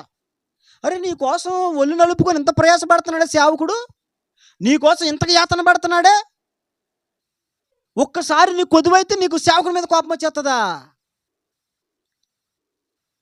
వాళ్ళు పెట్టిన టెన్షన్కి అప్పుడు తట్టుకోలేక వాళ్ళందరినీ బండ దగ్గరికి పోగు చేసి కోపం వచ్చేసింది, మరి అసహనం వచ్చేసిందండి. ఊరే కృతజ్ఞత లేని మనుషులు. కానీ కుక్కకైనా విశ్వాసం ఉంటుంది, మనం అంటాం కదండి. దేనికి విశ్వాసం ఉంటుంది? నిజమేనా? నిజమే, కుక్కకి విశ్వాసం ఉంటుంది. మేము అరకులో ఉన్నప్పుడు ఏదో ఒక రోజు చిన్న కుక్క పిల్ల అలా ఇంట్లో దొడ్లోకి వస్తే, మా క్యాంపస్లోకి వస్తే ఆమ్లెట్ చిన్న మొక్క వేసానండి. ఆమ్లెట్ మొక్క ఇంతదే, జస్ట్ ఇంతదండి. నిజం చెప్తున్నాను, దేవుని సన్నిధిలో నిలబడి నా భార్య కూడా సాక్షి, దేవుడు సాక్షి. ఇంత మొక్కండి. ఇంత మొక్కేస్తే చక్కగా తినేసి తోక ఊపుకుంటా మా దగ్గర చుట్టూ తిరిగి అక్కడే ఉండి వెళ్ళిపోయింది. నేను అనుకున్నాను పోన్లే వెళ్ళిపోయిందిలే అనుకున్నాను. రాత్రి శీతాకాలం మంచి చలి అక్కడండి, భయంకరమైన చలి అనమాట. తలుపు ఇలా తీసామా ఇక ఏసీలు కూడా పని చేయ, అలా కొడతా చలి లోపలికి. కొన్నిసార్లు చేతులు కాళ్ళు బీసిపోతాయి అనమాట. ఆ చలిలో రాత్రి పూట వచ్చేసిందండి. వచ్చేసి తలుపు గీకేసి ఏడుతుంది. ఓరి బాబు వచ్చేసింది బాబు అని చెప్పేసి నేను కాముకు బీసిపోయాను లోపల. ఎందుకని ఇప్పుడు తలుపు తీయి లోపలికి వస్తానని చెప్తుంది అది నాతో. తలుపు తీయి నాకు చలివేస్తుంది, నువ్వు ఆమ్లెట్ మొక్కేసింది నువ్వేగా తలుపు తీయి అంటుంది. దాని భాషలోనే మాట్లాడింది అనుకోకుండా సొమ్మ, అది మాట్లాడతలే, దాని భాష అది. నేను బిగిసిపోయి అమ్మో మనం మాట్లాడామా, ఇది ఇక్కడ ఉండిపోద్ది, మళ్ళీ తలుపు తీయాలి, లోపలికి వస్తే పడుకుంటే తప్పేం లేదు, మళ్ళీ అక్కడ లోపల ఇది కానీ వేసిందంటే మళ్ళీ మనకైపోద్ది, కడుక్కోలేము ఇవన్నీ, ఎందుకు వచ్చిందరా బాబా అని చెప్పేసి మేము ఒకలా కాముగా ఉండిపోయాం. మీరు చెప్తే నమ్మరండి, అరగంట పైనే ఇంటి ముందు తలుపు, ఇంటి వెనకాల తలుపు, ఇంటి ముందు తలుపు, ఇంటి వెనకాల తప్పు, ఇక్కడ గోకడం మరగడం, మళ్ళీ అక్కడికి వెళ్ళి గోకడం మరగడం, ఇక్కడికి రావడం మళ్ళీ గీరడం మరగడం, మళ్ళీ అక్కడికి వెళ్ళడం గీరడం, ఇక ఇదే చేసిందండి. తలుపు తీసేదాకా అలాగే చేసింది. తలుపు తీయగాని మీరు చెప్తే నమ్మరు, తలుపు మూలకు వచ్చేసి అదే దాని ప్లేస్ మేమే ఏర్పాటు చేసినట్టు వచ్చి అక్కడ పడుకునిపోయింది. ఏది చిన్న ఆమ్లెట్, గుడ్ ఆమ్లెట్, చిన్న ముక్కకండి, చిన్న ముక్కకే అరగంట సేపు పట్టు విడవలేదు. ఎంత విశ్వాసం ఉంది దానికి. అంతేకాదు అది చనిపోయేదాకా మా దగ్గర ఉంది. మేము ఎక్కడికి వెళ్తే అక్కడికి వచ్చేసేది. ఒకసారి డబ్బులు లేక మేము ఇద్దరం వ్యాలీ నడుచుకుంటూ వెళ్ళిపోదాం బయలుదేరాం, నేను నా భార్య. అరకు నుంచి వ్యాలీ 4 కిలోమీటర్లు ఉంటుంది. ఇద్దరు నడుచుకుని వెళ్తాం, మాకు కూడా వచ్చేసింది వెనకాల. మా వెనకాల వచ్చేసిందండి. నువ్వు నడవలేవు, చిన్నపిల్ల, నేను చెప్తున్నా దానికి తెలియదు మరి, నా మాటలు దానికి అర్థం కాదు. అర్థం కాకపోయినా నువ్వు నడవలే, కాళ్ళు లేకపోతే ఇక్కడ ఉండి మేము వచ్చేస్తాం, ఇక్కడ ఉండండి, ఎక్కడ ఉంటుంది, వెనకాల పరిగెత్తుకుని వచ్చేసి మళ్ళీ అది పరిగెత్తలేక మాతో నడవలేక అని ఏడిసింది. దాని ఏడుపు నేను చూడలేక మళ్ళీ నేను సంకలు ఎత్తుకున్నాను దాన్ని. చిన్న ఆమ్లెట్కి అండి అంత కృతజ్ఞత. చనిపోయే వరకు మా ఇంటి దగ్గరే ఉండేది. ఇంటి దగ్గర ఎంత తెలివంటే దానికి. మేమిద్దరం కాముగా కాసేపు ఉండిపోయి బయట క్యాంపస్లో ఆడుకునేది. కాముగా ఉన్నాం, మనకి ఇంట్లో ఏం మాట్లాడలేదు అనుకో, ఉన్నారో లేరు అనుకుని ఎలా వచ్చి గుమ్మంగడికి వచ్చి చూసేది. మా ఇద్దరినే ఉన్నారా లేరని చూసేది, మళ్ళీ చూసి వెళ్ళిపోయేది. చిన్న ఆమ్లెట్కి అంత కృతజ్ఞత. కానీ ఇశ్రాయేలుకి అది లేదు, కృతజ్ఞత లేదు. మరి ఇవన్నీ చూస్తున్నప్పుడు మోషేకి ఎలా ఉంటుంది? కోపం, ఎంత కోపం వచ్చినా దేవుడు చెప్పిన క్రమం మాత్రం ఏం చేయకూడదు, మీరకూడదు మోషే. కానీ మోషే ద్రోహులారా అన్నాడు. అంతేకాదు దేవుడు బండతో మాట్లాడమంటే బండను కొట్టాడు 2 సార్లు బండనే. కానీ దేవుడు ఎంత నమ్మదగిన దేవుడు అంటే, నువ్వు మాట్లాడమంటే కొట్టావు, నేను నీళ్ళు ఇవ్వనని అన్నాడా? 2 సార్లు కొట్టగానే ఆ బండలో నుండి నదుల వలె సెలయేర్లు ప్రవహించినాయి. లక్షలాది మంది ఆ నీళ్లు త్రాగి తెప్పరిల్లేరు, మళ్ళా జీవాన్ని పొందుకున్నారు. మీకు విషయం తెలుసా? ఇలా పొరపాటు ఇంత కష్టపడి తీసుకొచ్చాడు కదండి. ఇలా బండను కొట్టినందుకు దేవుడు తెలుసా, మోషే నా పరిశుద్ధ నామమును మీరు అవమానపరిచారు. ఒక్కసారి మాట్లాడమంటే కొట్టినందుకు మోషేను కూడా వదలలేదండి దేవుడు. మోషేను కూడా వదలలేదు. లక్షలాది మంది నడిపించిన నాయకుడని మోషేను కూడా దేవుడు వదలలేదు. అయ్యా జస్ట్ కోపంలో ఇలా అన్నా, ఇలా కుదరదు, ఇంకా నేను పెట్టిన నియమమే కుదరదు, ఇంకా నాకు చెప్పక నువ్వు. దేవుడు ఏమన్నా తెలుసా, నీవు ఆ కనాను వారిని తీసుకెళ్ళవు, నువ్వు ఆ కనాను వెళ్ళొద్దు, నువ్వు ఇక్కడే మరణిస్తావు అని చెప్పేశాడు దేవుడు. అయ్యో ప్రభా, అదేం ప్రభా, చాలా బ్రతిమలాడుకున్నాడు మోషే. ఎంత నడిపించిన నాయకునికి స్వాస్థ్యభాగమైన కనాను చేరే అర్హత దక్కలేదండి. కారణం క్రమం మీరాడు ఒక చోట. చూడండి, ద్వితీయోపదేశకాండంలో మనకు ఆ మాట కనిపిస్తుంది బైబిల్ నుంచి. 3వ అధ్యాయము, ద్వితీయోపదేశకాండం 3వ అధ్యాయం 26వ వచనం. యెహోవా మిమ్మును బట్టి, మోషే గారు మాట్లాడుతున్నారు ఈ మాట ఇశ్రాయేలీయులతో. యెహోవా మిమ్మును బట్టి నా మీద కోపపడి నా మనవి వినలేదు. ఏమని మనవ చేసుకున్నాడు అప్పుడు మోషే గారు అక్కడ? ప్రభా నన్ను అక్కడ తీసుకెళ్ళయ్యా, కనాను నేను వెళ్తాను ప్రభా, ఈ ప్రజలు నడిపించాను ఇంతవరకు, ఇక్కడ నుంచి మరి నేను వెనక్కి వెళ్ళిపోవడం ఏంటి, ఇక్కడ ఆగిపోవడం ఏంటి, నేను అక్కడికి వెళ్తానయ్యా, నేను అక్కడికి వెళ్తాను ప్రభా, నన్ను నడిపి తీసుకెళ్ళయ్యా, తీసుకెళ్ళి ప్రభా అంటే ప్రభు ఏం చేశారు తెలుసా? నా మనవి వినలేదు. మోషే చెప్తున్నారు. మరియు యెహోవా నాతో ఇట్లా, నేను మోషేతో ఇలా అన్నారంట. ప్రభు ఏమన్నారు? చాలు చాలు, ఇక నీ సంగతిని గూర్చి నాతో మాట్లాడొద్దు, నీవు ఈ యొర్దానును, అది చూసారా దేవుడు ఏమన్నాడు? నువ్వు ఈ యొర్దాను దాటడానికి వీల్లేదు. పిస్గా కొండ ఎక్కి కనులెత్తి పడమటి వైపును, ఉత్తరపు వైపును, దక్షిణ వైపును, తూర్పు వైపును తేరు చూడుము. చాలు. దేవుడు ఏమన్నా తెలుసా? మోషే ఇక దానికోసం నా దగ్గర మాట్లాడుకో. మోషే అంటున్నాడు, ప్రభా ఏదో అసహనంలో బండను కొట్టాను నాయన, కానీ మరి నీకు కనాను వెళ్దామనే కదా ప్రయాసపడ్డాం, కనాను చేరడం కోసమే కదా ఇంత యాతన పడ్డాం ప్రభా, నన్ను తీసుకెళ్ళయ్యా, తీసుకెళ్ళయ్యా అంటే దేవుడు ఏమన్నా తెలుసు? మోషే చాలు, ఇంకా దానికోసం నా దగ్గర మాట్లాడుకో. ఇదిగో ఇక్కడ పిస్గా కొండ ఉంది కదా, అది ఎక్కు, అది ఎక్కి నేను ఈ ప్రజలకు ఇవ్వబోతున్నటువంటి ఆ భూమిని నువ్వు చూడు, చూడు అంతే, నువ్వు వెళ్ళడానికి అవకాశం లేదు. ఎందుకు ఎందుకు ఎందుకు ఆ పరిస్థితి ఎందుకు వచ్చింది మోషేకి? మాట్లాడమంటే కొట్టాడు. ఆ ఒక్క క్రమం తప్పేసరికి దేవుడు ఏమన్నాడండి? మోషే నువ్వు కనాను చేరడానికి. ఏమంటే మోషే దగ్గరే దేవుడు క్రమాన్ని కోరితే, మోషే క్రమము మీరితేనే వదలని దేవుడు మరి మనం క్రమం మీరితే వదులుతాడండి? అది చదివితే నాకు చాలా బాధ అవుతుంది. అరే ఇంత కష్టపడింది ఎవరి కోసం? వీళ్ళ కోసమే కదా. 40 దినాలు 2 సార్లు 2 శరీరం నల్లగొట్టుకుంది మోషే ఎవరి కోసం? వీళ్ళ కోసమే కదా. అవమానాలు నిందలు భరించింది, వీళ్ళతో పాటు ఆకలి దప్పులు భరించింది ఎవరి కోసం? వీళ్ళ కోసమే కదా. ఎన్నోసార్లు మోషే మీద తిరుగుబడి చేసి రాళ్ళు కూడా ఎత్తారు కొట్టడానికి, అయినా దిగమింగుకున్నాడు ఎవరి కోసం? ఇశ్రాయేలు కోసమే కదా. వాళ్ళ మీద ఒక్కసారి కోప్పడి మాట్లాడమంటే బండను కొట్టినందుకు దేవుడు ఏమన్నాడు? ఇక దానికోసం ఎత్తకో, నువ్వు వ్యర్థాన్ని దాటడానికి వీల్లేదని చెప్పేశాడు దేవుడు. ఎందుకంటే మీరు నా పరిశుద్ధ నామాన్ని సన్మానించలేదు, మీరు అవమానపరిచారు అని దేవుడు మాట్లాడాడు. కనుక ప్రతి విషయంలో మనం క్రమం కలిగి ఉండాలి. 3వ విషయాన్ని మీకు జ్ఞాపకం చేస్తాను. చూడండి బైబిల్ నుంచి సమూయేలు మొదటి గ్రంథము. ఈ ఈ ఈ విషయాలు నేను మీకు తెలియజేసి ఇంకా ముగించేస్తాను. రండి, సమూయేలు మొదటి గ్రంథము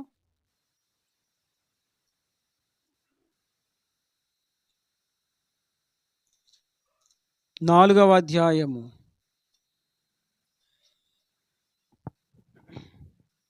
11వ వచనం. మరియు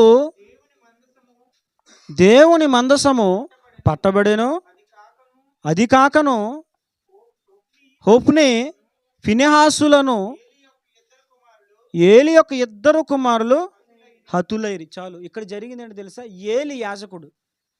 ఆ దినాల్లో షిలోహులో ఏలి అనేటువంటి ఒక వ్యక్తి దేవుని మందిరంలో యాజకుడు.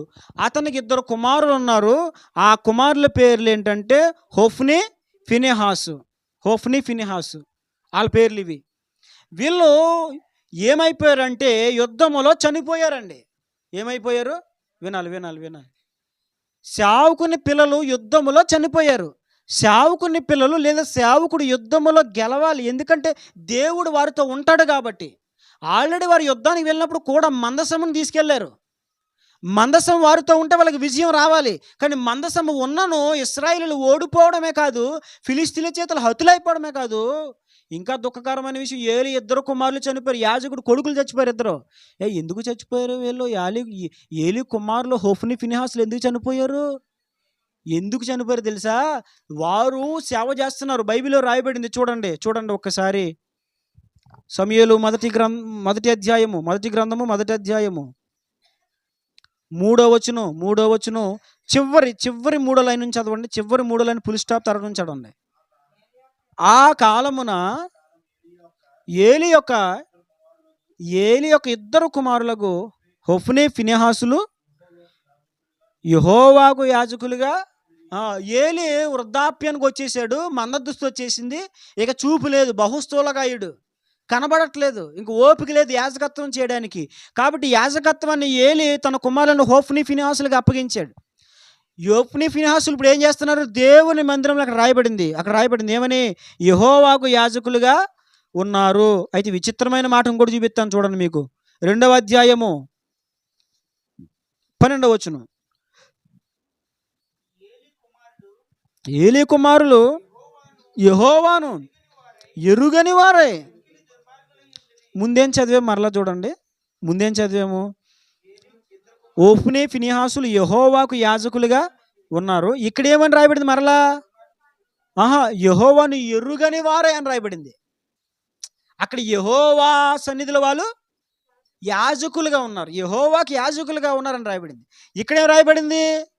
యెహోవా. అదేంటిది? అక్కడ యెహోవా పరిచర్య, యెహోవాకు యాజకులుగా ఉన్నారని రాయబడింది.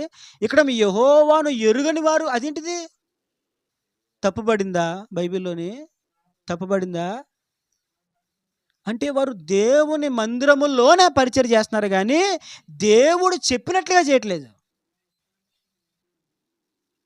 అర్థమైందండి? దేవుని మందిరములోనే ఉన్నారు, దేవుని పనే చేస్తున్నారు, కానీ వారికి దేవుని గూర్చి పూర్తిగా తెలియదు, దేవుని క్రమాలు అనుసరించి పరిచర్య చేయట్లేదు. అందుకే వాక్యం ఏమని చెప్తుందంటే రెండవసారి, వారు యెహోవాను ఎరుగని వారై బహు దుర్మార్గులుగా ఉన్నారు. అంతే కదా? అక్కడ ఏమి రాయబడింది? ప్రభా ప్రభా అని పిలిచి ప్రతివాడు చేరడు. దేవుని మందిరం పని చేసేవాడు అందరూ దేవుని బిడ్డ అయిపోడు. పాటలు పాడి ప్రతి ఒక్కడు దేవుని బిడ్డ అయిపోడు. వాక్యం చదివి అందరూ దేవుని బిడ్డలు అయిపోరు. వీళ్ళు దేవుని మందిరంలో పరిచయం చేస్తున్నారు, కానీ వీళ్ళు చేసే పరిచయం దేవునికి విరుద్ధంగా. స్టడీ బైబిల్లో చదివితే నాకు ఇంకా భయం వేసింది ఆ మాట చదువుతూ ఉంటే. ఇక్కడ యెహోవాను ఎరుగని వారై ఉంది, కానీ స్టడీ బైబిల్ ఏమని రాయబడిందో తెలుసా? లెక్కలేని వాళ్ళుగా ఉన్నారంట. దేవుడు అంటే లెక్కలేని తనంతో ఉన్నారు. ఎలా ఉన్నారండి? దేవుడు అంటే మనం చేసే దేవుని పని సరిగ్గా చేయకపోతే మనకే శాపం, మన పిల్లలకి శాపం. నేను పాడే దేవుని పాట సరిగ్గా పాడకపోతే అది నాకు ప్రమాదం. నేను చదివే దేవుని వాక్యం ఒళ్ళు దగ్గర పెట్టుకొని చదవకపోతే అది నాకు ప్రమాదం. నేను చేసే దేవుని పరిచర్య సరిగ్గా చేయకపోతే నాకే నష్టం, అది నాకే ఆశీర్వాదం ఉండదు. అంటే దేవుని పని చేస్తున్నప్పుడు, దేవుని పరిచర్య చేస్తున్నప్పుడు ఎలా చేయాలి? దైవ భయముతో, ఒక నియమముతో, క్రమముతో, దేవుడు చెప్పిన విధానములో పరిచర్య. ఎలా అలానే పర్లేదు, నీకెందుకు, నేను మేనేజ్ చేసేస్తానుగా అంటే అయిపోతుంది. వీళ్ళు దేవుని దగ్గరే ఉన్నారు, అక్కడే పరిచర్య చేస్తున్నారు, కానీ వాళ్ళు ఎలా చేస్తున్నారు తెలుసా? వాళ్ళకి ఇష్టం వచ్చినట్టు చేస్తున్నారు పరిచర్య. ఇక వాక్యం ఏం చెప్తుంది? ధర్మశాస్త్రంలో ఏ నియమాలు ఉన్నాయి, బలి ఎలా అర్పించాలి, బలి అర్పించబడిన తర్వాత యాజకుడు ఏం తీసుకోవాలి, యాజకునికి వెళ్ళే భాగాలేంటి, ఏ భాగాలు కాల్చివేయాలి, ఎలా కాల్చివేయాలి, ఏ బలి అర్పణలు ఎలా అర్పించాలి, ఏ సమయంలో అర్పించాలి, అర్పించినప్పుడు తీసుకోవాల్సిన జాగ్రత్త ఏంటి, రక్తమును ఎలా ప్రోక్షించాలి, ఎక్కడ ప్రోక్షించాలి, ఇవన్నీ ఉన్నాయి, విధానాలు ఉన్నాయి ధర్మశాస్త్రంలో. వీళ్ళు ఏం చేస్తున్నారు? ఇక చూసిదేం లేదండి, చూసిదేం లేదు. మరి ఏంటిది? తోసినట్టుగా చేసేయడమే, తోసినట్టుగా. ఈరోజున సేవ కూడా అలాగే చేస్తున్నారు, ఎవరికి తోసినట్టుగా వాళ్ళు చేస్తున్నారండి. ఏలీ కుమారులు ఓఫ్నీ ఫినెహాసులు అలాగే చేశారు. దేవుడు చూస్తున్నాడు, దేవుని పని మనం సరిగ్గా చేయలేదనుకో దేవుని ఉగ్రత వస్తుంది, మనం దైవ భయం కలిగి చేయాలి, మనకు ఆశీర్వాదం కాదు, మన పిల్లలకి ఆశీర్వాదం కాదు. అయితే తిన్నగా చేయాలి, లేకపోతే తప్పుకోవాలి అని ఒక సెన్స్ ఉండాలా? దేవుని ఎదుట మనం నిలబడాలి, తీర్పు ఉంది, లెక్క అప్పగించాలి, ఏదో ఒక రోజు దేవుని ముందు నిలబడాల్సి ఉంటుంది. ఆ దినము చాలా భయంకరము, చాలా జాగ్రత్తగా ఉండాలి. ఒక దైవ భయం ఉండాలా? లేదండి, లేకుండా ఇష్టానుసారంగా చేస్తున్నారు. ఈ సందర్భంలో కొన్ని మాటలు మీకు చెప్తానే, జాగ్రత్తగా వినండి, చెప్పి ముగించేస్తాను. ఇప్పుడు ఏలీ కుమారులు ఎందుకు ఇలా తయారయ్యారండి?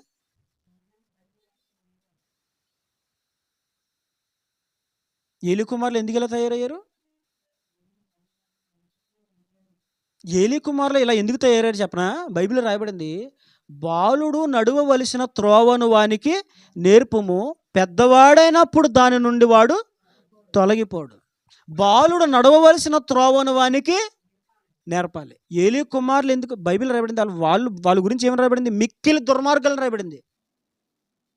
మిక్కిలి దుర్మార్గులను రాయబడింది అంటే ఇంకా ఆ పదంలో మీకు అర్థమైపోద్ది వాళ్ళ క్యారెక్టర్ ఏంటో, వాళ్ళ బతికేంటో. మిక్కిలి దుర్మార్గులు ఎంత దుర్మార్గులో తెలుసా? దేవుని సన్నిధికి అర్పణలు తీసుకొస్తూ ఉంటే అర్పణలు అర్పించేటప్పుడు కొన్ని కండిషన్స్ ఉంటాయి. ముందు కొవ్వు పూర్తిగా దహించి వేయాలి. దహించి వేయబడిన తర్వాత బలి పశువును దహించాలి.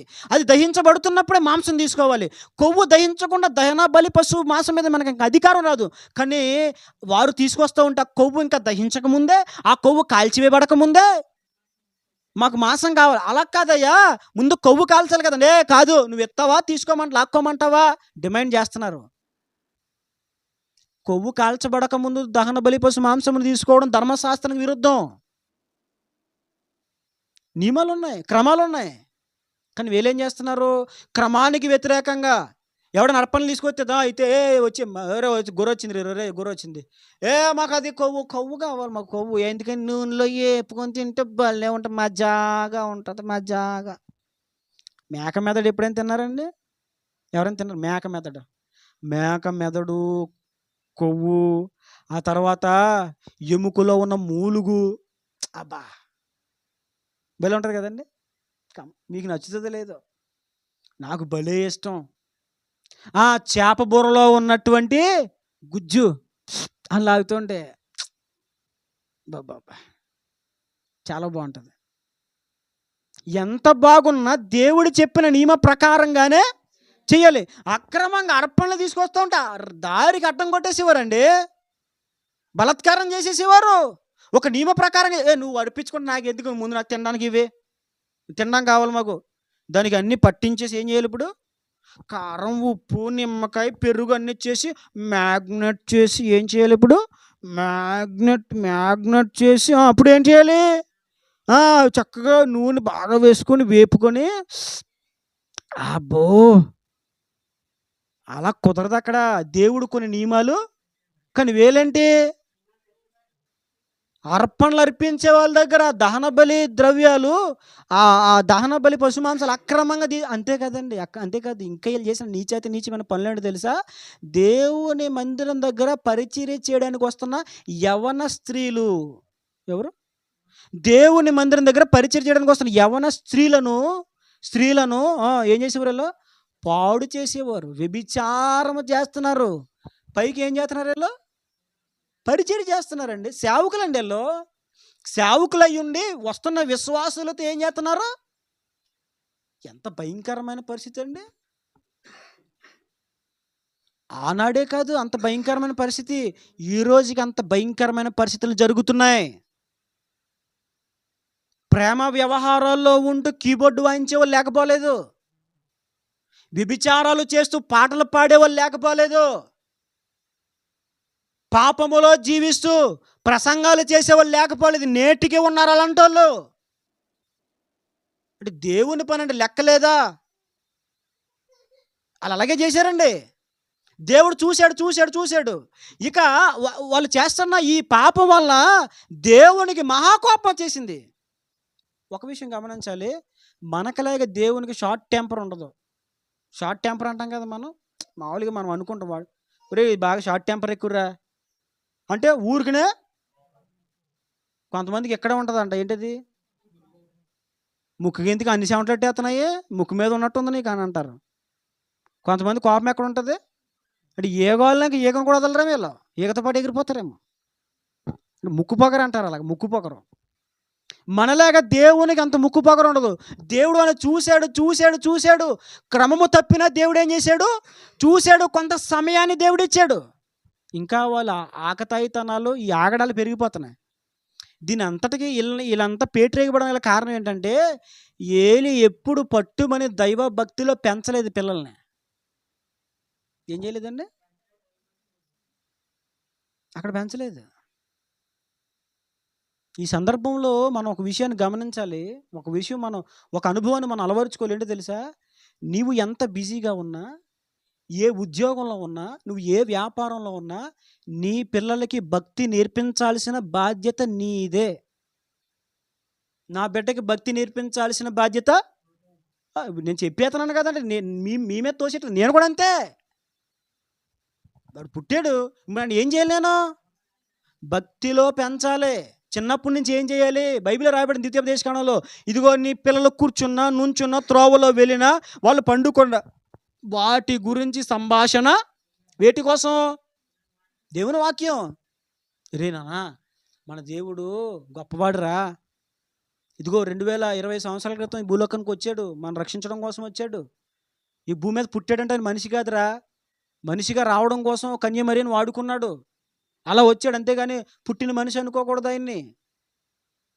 ఆ దైవమే ఆ మహిమతో వస్తే తట్టుకోలేమని చెప్పి మనిషిగా ఈ భూలోకానికి రూపం మార్చుకుని వచ్చాడు ఆయన ఈ భూలోకానికి. మన దేవుడు ప్రేమ కలిగిన వాడురా, మన దేవుడు పరిశుద్ధుడురా. పిల్లలకి నేర్పాలండి. పిల్లలు రోజున దేవుని వ్యతిరేకంగా మాట్లాడడానికి, నాస్తికులుగా మారిపోవడానికి గల కారణం ఏంటి తెలుసా? చిన్నప్పటి నుంచి వారికి దేవుని గురించి చెప్పక. ఈ రోజున మనుషులు ఎంత అజ్ఞానంలోకి వెళ్ళిపోతున్నారో తెలుసా? ఒక్క వంకాయ కొనుక్కుంటే దాన్ని 10 సార్లు తిప్పి చూస్తారు పుచ్చుందా లేదా అని. కానీ ఒక దేవుడు ముందు దండం పెట్టే ముందు దేవుడు ఎలా అంటాడో ఆలోచించరు మనోళ్ళు. అంత గుడితనంలోనికి, అంత అజ్ఞానంలోకి వెళ్ళిపోయారు ఈ రోజున ప్రజలు. వంకాయ కొనుక్కున్నప్పుడు పుచ్చుందా లేదా చూసుకుని అంత ఇంకేత జ్ఞానం ఉన్నా నీకు? ఏ దేవుని ఆరాధించాలో అర్థం కావట్లేదా? యేసుప్రభు ఎవరైనా పరిశుద్ధుడు, లోపము లేని దేవుడు, కామక్రోధ మదమత్సర్యాలను అణిచివేసిన దేవుడు ఆయన. ముడత మచ్చ కలంకము డాగట్టిది మరి ఏది లేని దేవుడు ఆయన. నిర్దోషి నిష్కల్మషుడు, పాపుల్లో చేరక ప్రత్యేకముగా ఉన్న దేవుడు. ఆయన జాడలు ఈ భూమి మీద లేవా? ఆయన సిలువేయబడిన తర్వాత పెట్టబడిన సమాధి లేదా భూమి మీద? ఆయన బైబిల్లో ఇశ్రాయేలు ప్రజలు నడిపించిన ప్రాంతాలు లేవు ఈ రోజున భూమి మీద. మరి పిల్లలు ఎందుకు నమ్మట్లేదు? ఇది చెప్పింది ఏది? ఈ రోజున మేము నేర్చుకోవడానికి గల కారణం ఏంటి తెలుసా? సెలవు వస్తే కూర్చోబెట్టేవారు మా నాన్నగారు మా అమ్మగారు కుటుంబ ప్రార్థన. సెకండ్ సాటర్డే సెలవు వచ్చిందా కాసేపు ఆడుకోవడమే, తర్వాత ఏం చేయాలి? కూర్చో ప్రార్థన చేయండి రా, ఒకరి తర్వాత ఒకరు ప్రార్థన చేయండి, తర్వాత బైబిల్ తీయండి. యోసేపు కోసం, యేసు ప్రభు కోసం, ఆయన శిలువ త్యాగం కోసం, ఇవన్నీ ఏం చేసేవారు తెలుసా? చెప్పేవారు. ఎందుకు చెడిపోయారు అలాగాలు? ఎందుకు త్రోవ తప్పేశారు? యెహోవాకు పరిచయం చేస్తున్నారని రాయబడి మరలా వాళ్ళ కోసం ఏమని రాయబడింది? యెహోవాని ఎరుగని వారుగా. అంటే ఏంటి? చేసే దేవుని పనే, కానీ దేవుని గురించి వాళ్ళకి ఏమి ఏదో దాన్ని ఏమంటారు? రాజు తర్వాత వాళ్ళ కొడుకే రాజు. అదనమాట. రాజు తర్వాత వాళ్ళ కొడుకే రాజు. ఇదనమాట ఈ వారసత్వం. ఇది అలా చేసేస్తున్నాడు అంతే. నిజంగా ఏలి కూర్చోబెట్టి ధర్మశాస్త్రంలో విధులు, క్రొవ్వును వాళ్ళు అడ్డుకోకూడదు, ముందే అది అర్పించబడాలి, ఆ తర్వాత కుడి జబ్బ మనం తీసుకోవాలి, పలానా అవయవాలు మనం తీసుకోవాలి, ఇది మనకు వచ్చే భాగము, దీన్ని మనం ఎలా తీసుకోవాలి, ఇవన్నీ విధానాలు ముందే కూర్చోబెట్టి ధర్మశాస్త్రం తీసి నేర్పించుంటే ఏలి వాళ్ళు ఏం చేసేవారు? వాళ్ళు చెడిపోవడానికి ఒక కారణం ఏంటి తెలుసా? కూర్చోబెట్టి ఏమి చెప్పుంటే చెప్పలేదండి. చెప్పకపోవడం వల్ల ఏమైపోయారండి? చెడిపోయారు. అంటే ఇప్పుడు పిల్లలదా తప్పు? అస్సలు అలా అనుకోవడానికి వీల్లేదు. మన లెంపలు మనం వేసుకోవాలి. ఇలా కొట్టుకుని మాకు బాధపడిపోతున్నారు. బాబు మొన్న ఎంత ప్రేమగా చెప్తున్నారు, బాబు నువ్వు ఇలా కొట్టుకోకమ్మా. నేను కావాలని కొట్టుకోవట్లేదు, కానీ ఆ స్పిరిట్లో అలా జరుగుతుంది. మా అక్క చెప్పింది గుర్తొచ్చింది ఇప్పుడు ఇలా అనుకునేసరికి. పోనీ అక్క చెప్పిన మాట జ్ఞాపకం వచ్చింది. ఏం చెప్పానండి చెప్పండి? వాళ్ళది తప్పేం లేదండి, వాళ్ళది పొరపాటు ఏమీ లేదు. బాగా గుర్తుపెట్టుకోవాలి, వాళ్ళు తప్పేం కాదు. కారణం ఎవరు? ఏలి భార్య. వీళ్ళ చెప్పలేదు. రెండవది, వీళ్ళంతా పేటరేగిపోవడానికి కారణం ఏంటి తెలుసు? తప్పు జరుగుతుంది, నీ పిల్లలు వ్యభిచారం చేస్తున్నారు మందిరం దగ్గరకు వచ్చిన స్త్రీలతో అని చెప్పినప్పుడు నువ్వు తండ్రికి ఏం చేయాలండి? గద్దించడం కాదు, ముందు తీసి పక్కన పెట్టాలి వాళ్ళని. ఎందుకు? అదేం పని? ఏం పని అది? దేవుని పని. అక్కడ జరిగేది ఏంటి? దేవుని పని. ఇప్పుడు దేవుని పనిలో వాడు నాటకాలు చేస్తున్నప్పుడు ఒక తండ్రిగా నువ్వేం చేయాలి? నువ్వు అర్హుడు కాదు, లేకరా, లేగు అసలేస్తున్నావు దేవుని పనిలో నువ్వు. అది ఏమనుకున్నావు నువ్వు? కిరాణా షాప్ అనుకున్నావా నువ్వు? తీసి బయట పెట్టాలండి, పక్కకు పెట్టాలా? అబ్బే చేయలేదు. ముందేం చేయాలి? వాళ్ళని పెట్టాలండి. మేము తప్పు చేస్తే మా నాన్నగారు మందిరంలో అందరి ఎదురు కొట్టేవారు. చెప్పాను కదా, ఒకసారి మందిరంలో బయటికి వెళ్ళి ఊరన పని ఏం లేదు, ఏదో వంకన బయటికి వెళ్ళడం మనకు అలవాటు కదా. ప్రార్థన అనేసరికి ఏం గుర్తొచ్చేది మా ఊళ్ళకి? ఇంక ఇవి ఆడతాయి. ఇదిగో అదిగో బాటిల్ ఆడినప్పుడు బాటిల్ ఎక్కడుందో తెలియదు, ఆడినప్పుడు బాత్రూమ్ ఎక్కడుందో తెలియదు. ఇక ఏమీ గుర్తురావు. ఎప్పుడు గుర్తొస్తాయి? ప్రార్థన వచ్చినప్పుడు.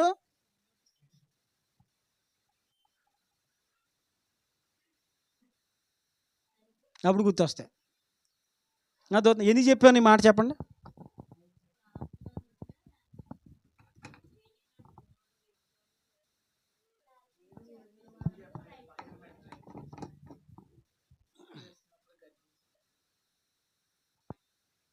నిజంగా ఏలి గద్దించడం కదా అసలు ముందు పక్కన పెట్టాలి తీసి. పౌలు గారు ఏమన్నారు కొరింథీ రాసిన పత్రికలో? మీలో వ్యభిచారం ఉన్నదన్న వదంతి కలదు, ఇటుది మీలో ఉంచుకుని ఉప్పొంగుచున్నారేమి? అలాంటి వ్యభిచారము చేసిన వాడిని మీలోంచి వెలివేయండి. ఎంత ఖండితంగా మాట్లాడారు పౌలు గారు. తప్పు చేసిన ఏం చేయాలండి? వాడు క్షమాపణ పొందుకొని పాపం విడిచిపెట్టి మళ్ళీ వచ్చే సంగతి తర్వాత. ముందండి ఏం చేయాలి? సంఘమంతా భయపడినట్లుగా, సంఘమంతా విధేయతలోకి వచ్చినట్లుగా, సంఘమంతా దేవుని ఆజ్ఞను గైకొన్నట్లుగా, సంఘములో ఉన్న ఇంకా పనికి మానులు కనబడినోళ్ళు, ఇలాంటి పెత్తనాలు చేసే వాళ్ళు ఎవరన్నా వారు అందరూ భయం కలిగి గమ్ముని మేల్కొనేటట్లుగా అలాగ చేసి బహిరంగంగా బయటపడినోడు ఏం చేయాలి? ఫస్ట్,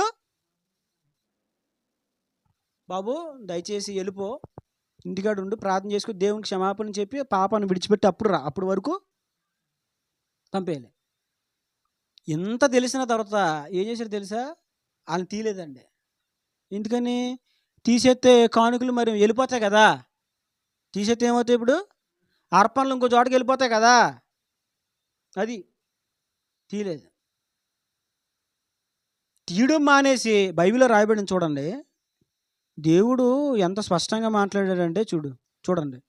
దేవుడు మాట్లాడుతూ వచ్చాడు. 29వ వచనం, 2వ అధ్యాయం 29వ వచనం. దేవుడే మాట్లాడుతున్న మాటలు అవి చూడండి. నా నివాస స్థలమునకు నేను నిర్ణయించిన బలి నైవేద్యములను మీరు ఎలా తృణీకరించున్నారు? దేవుడు మాట్లాడు, మిమ్మను క్రొవ్వబెట్టుకొనుటకై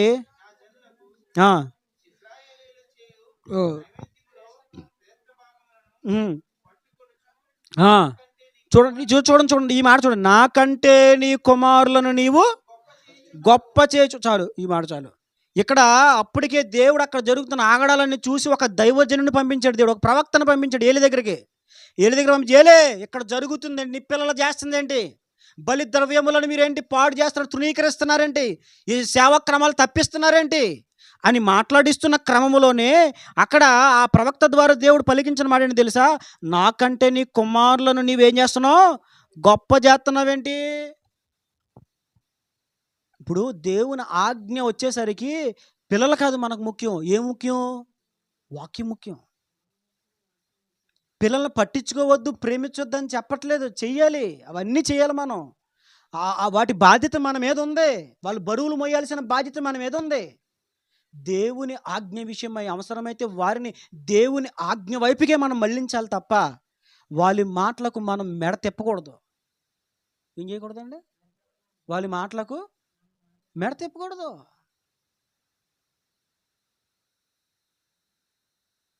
ఏలి వాళ్ళ పిల్లల్ని ఏం చేస్తున్నాడు?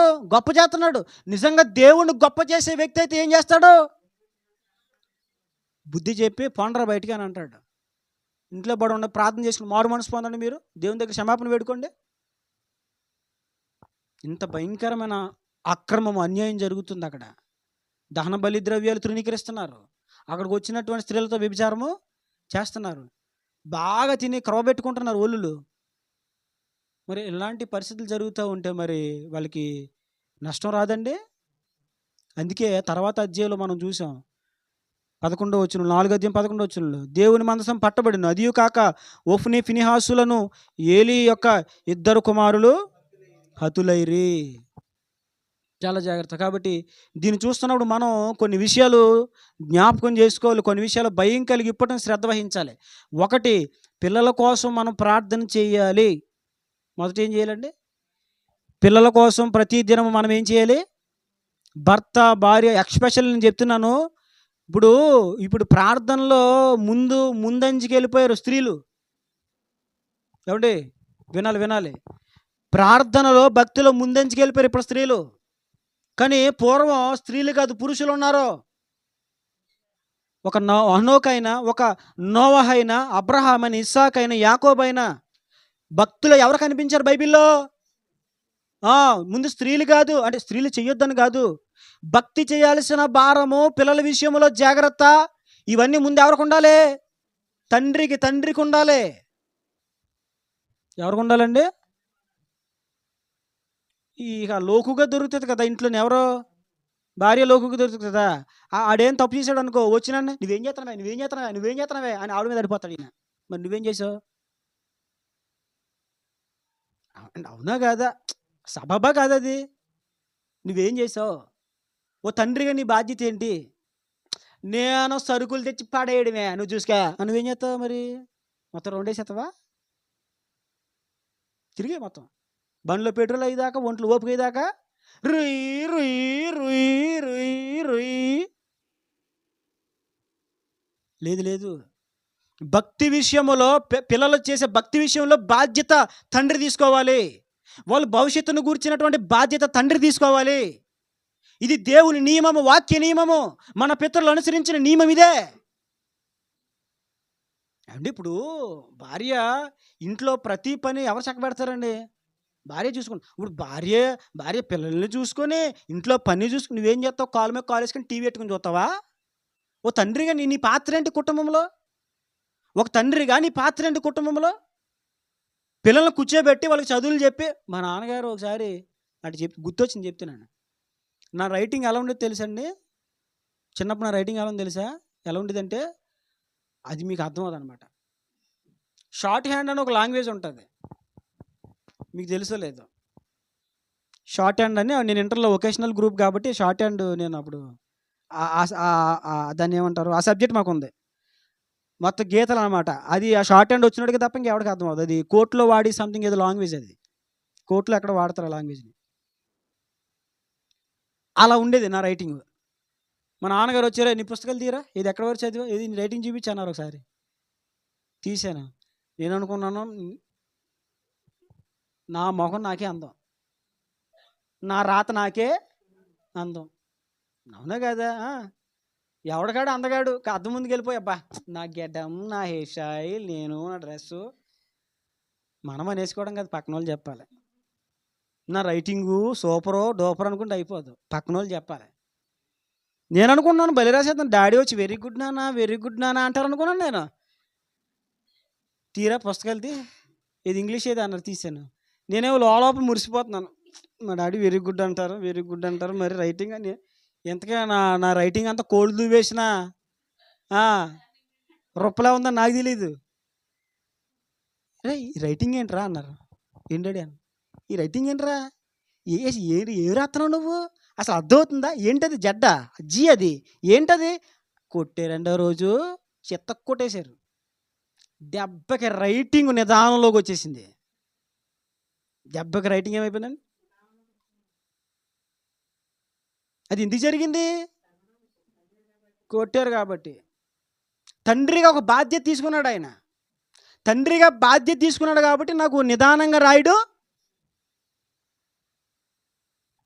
ఏమండి, మనం పిల్లల్ని కంటే సరిపోదండి, వాళ్ళని ఒక బాధ్యతగా పెంచాలి. అర్థమవుతుందా? బాధ్యతగా పెంచాలంటే ఎలాగా? ముందు వాళ్ళ కోసం ప్రార్థన చేయాలి. ఏలిని మనం చూసామా? ఎంత జరుగుతున్నప్పుడు పిల్లల్ని అసలు ఏం చేయాలండి? ఇంట్లోకి రండిరా, బుద్ధి జ్ఞానాలు పనిచేస్తున్నాయి మీకు, చేసే దేవుని పన. మీరు ఇక్కడ వేసే వేసాలు పిచ్చి వేషాలు, ఎలాంటి వేషాలు వేస్తున్నారా? మందుల్లోకి వెళ్ళారంటే మరొకసారి మర్యాద ఉండదు, పండా వాడికే. యోగ్యులైన వారిని, దానికి అర్హులైన వారిని పెట్టాలి. పిల్లలు ఏం చేయాలి? అమ్మో నా తర్వాత పాస్టర్లు నా కొడుకులే, నా తర్వాత రాజులేళ్ళే, నా తర్వాత పోటుగాళ్ళు వెళ్ళే, ఎక్కిచ్చు మొత్తం ఊడబిగుతాడు రేపొద్దున్న. పాస్టర్ కొడుకైనా పాస్టర్ అయిపోవాలని రూల్ లేదండి. ఈరోజు సేవలు కూడా అలాగైపోయినాయి. పాస్టర్ కొడుకు ఏంటిది పాస్టర్, ఎందుకని? విశ్వాసుల కానుకలు ఈయన తాగిపోతాయి, తర్వాత ఉండవు. మరి పాస్టర్ అయితే కొంచెం హలో ప్రైజ్ ది లార్డ్ అని ఇళ్ళ ఓపెన్ ఉంటుంది కదా. ఇలాగ అయిపోయింది ఈరోజు విధానం. అసలు ఆ సమయంలో తండ్రిగా బాధ్యత తీసుకొని వెంటనే వాళ్ళని ఆపేసి అసలు మందిరం దరిదాపుల్లోకి వెళ్లకుండా చేస్తుంటే వాళ్ళకి కొంచెం బుద్ధి వచ్చి జ్ఞానం వచ్చి చదవండి, బైబిల్ తీసి చదవండి. బైబిల్ ఏం చెప్తుంది? అందులో ధర్మశాస్త్రం ఏం రాయబడింది? అర్పణలు ఎలా అర్పించాలి, ఏ అర్పణలు ఎలా అర్పించాలి, మనం ఎలా తీసుకోవాలి, వాటిని ఎలా కాల్చాలి, దేని రక్తాన్ని ఎక్కడ ప్రోక్షించాలి, బలిపీఠం కొమ్ముల మీద ఏ రక్తం ప్రోక్షించాలి, ఎలా ప్రోక్షించాలి, ఎన్నిసార్లు ప్రోక్షించాలి, అవన్నీ ఉన్నాయి ధర్మశాస్త్రంలో. తీసుకొచ్చి కూర్చోబెట్టి ఇప్పటికైనా జ్ఞానం తెచ్చుకుంటారా అని చెప్పి మారు మనసుతో పెట్టాలి, లేకపోతే మీరు దానికి అర్హులు కాదని మానిపించేయాలి. ఒక తండ్రిగా బాధ్యత తీసుకోలేదు, తీసుకోకపోవడం వలన పిల్లలు ఏమైపోయారు. కనుక తండ్రులైన వారికి నాతో సహా మీకు విషయం చెప్పనా, ఇక్కడ వింటున్న మీరే కాదు, చెప్తున్న నాతో కూడా ప్రతి వారం దేవుడు మాట్లాడతాడు. మీకు ఇంకో విషయం చెప్పనా, ఇక్కడ చెప్తున్నప్పుడు మీకు చెప్పడం కాదు, నేను కూడా అనేకమైన విషయాలు నేర్చుకుంటున్నాను చెప్తూ. నేను చెప్పేస్తాను, నాకు వచ్చేసాను కాదు. నేను మోకాలు లేకపోతే దేవునితో గడపకపోతే దేవుడు నాకు ఏమి ఇవ్వడో. దేవుడు నాకు ఇచ్చిందే మీకు చెప్తున్నాను. ఏదో ఒక వాక్యం తీసేసుకున్నావు, గంటికి వెళ్ళిపోదాం, మేనేజ్ చేద్దాం, అలా నేను చేయను. దేవుడు నాతో కూడా మాట్లాడుతున్నాడు, నేను అనుభవాలు నేర్చుకుంటున్నాను. నేను ఆ విషయం మీకు చెప్దాం అనుకున్నాను. నేను చెప్తూ నేను చాలా బలపడుతున్నాను. మరి మీరు ఎంతవరకు బలపడుతున్నారు నాకు తెలియదు. తండ్రిగా మనం బాధ్యతలు తీసుకోవాలి, అర్థమవుతుందా? ప్రతి దానికి భార్య నువ్వే చేసావు, నువ్వే కారకుల, నువ్వే పోత్రధారివి, సూత్రధారివి, గాత్రధారివి, ప్రతిదానికి లోకుగా ఎవరు కనబడతారు భర్తకండి? నువ్వే నువ్వే నువ్వే నువ్వే నువ్వే నువ్వే నువ్వే ఒక పాట రాసేసుకో, ఓ పాట రాసుకో, నువ్వే నువ్వే నువ్వే నువ్వే నువ్వే రాసేసుకో పాట. ఇంకా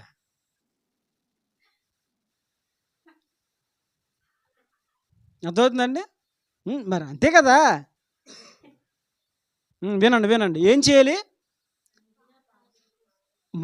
మొదట పిల్లల కొరకు భారంగా తండ్రి ప్రార్థన చేయాలి. యోబు కుమారుల కొరకు ఉదయాన్నే ఎవరు దేవునికి బలర్పించారు?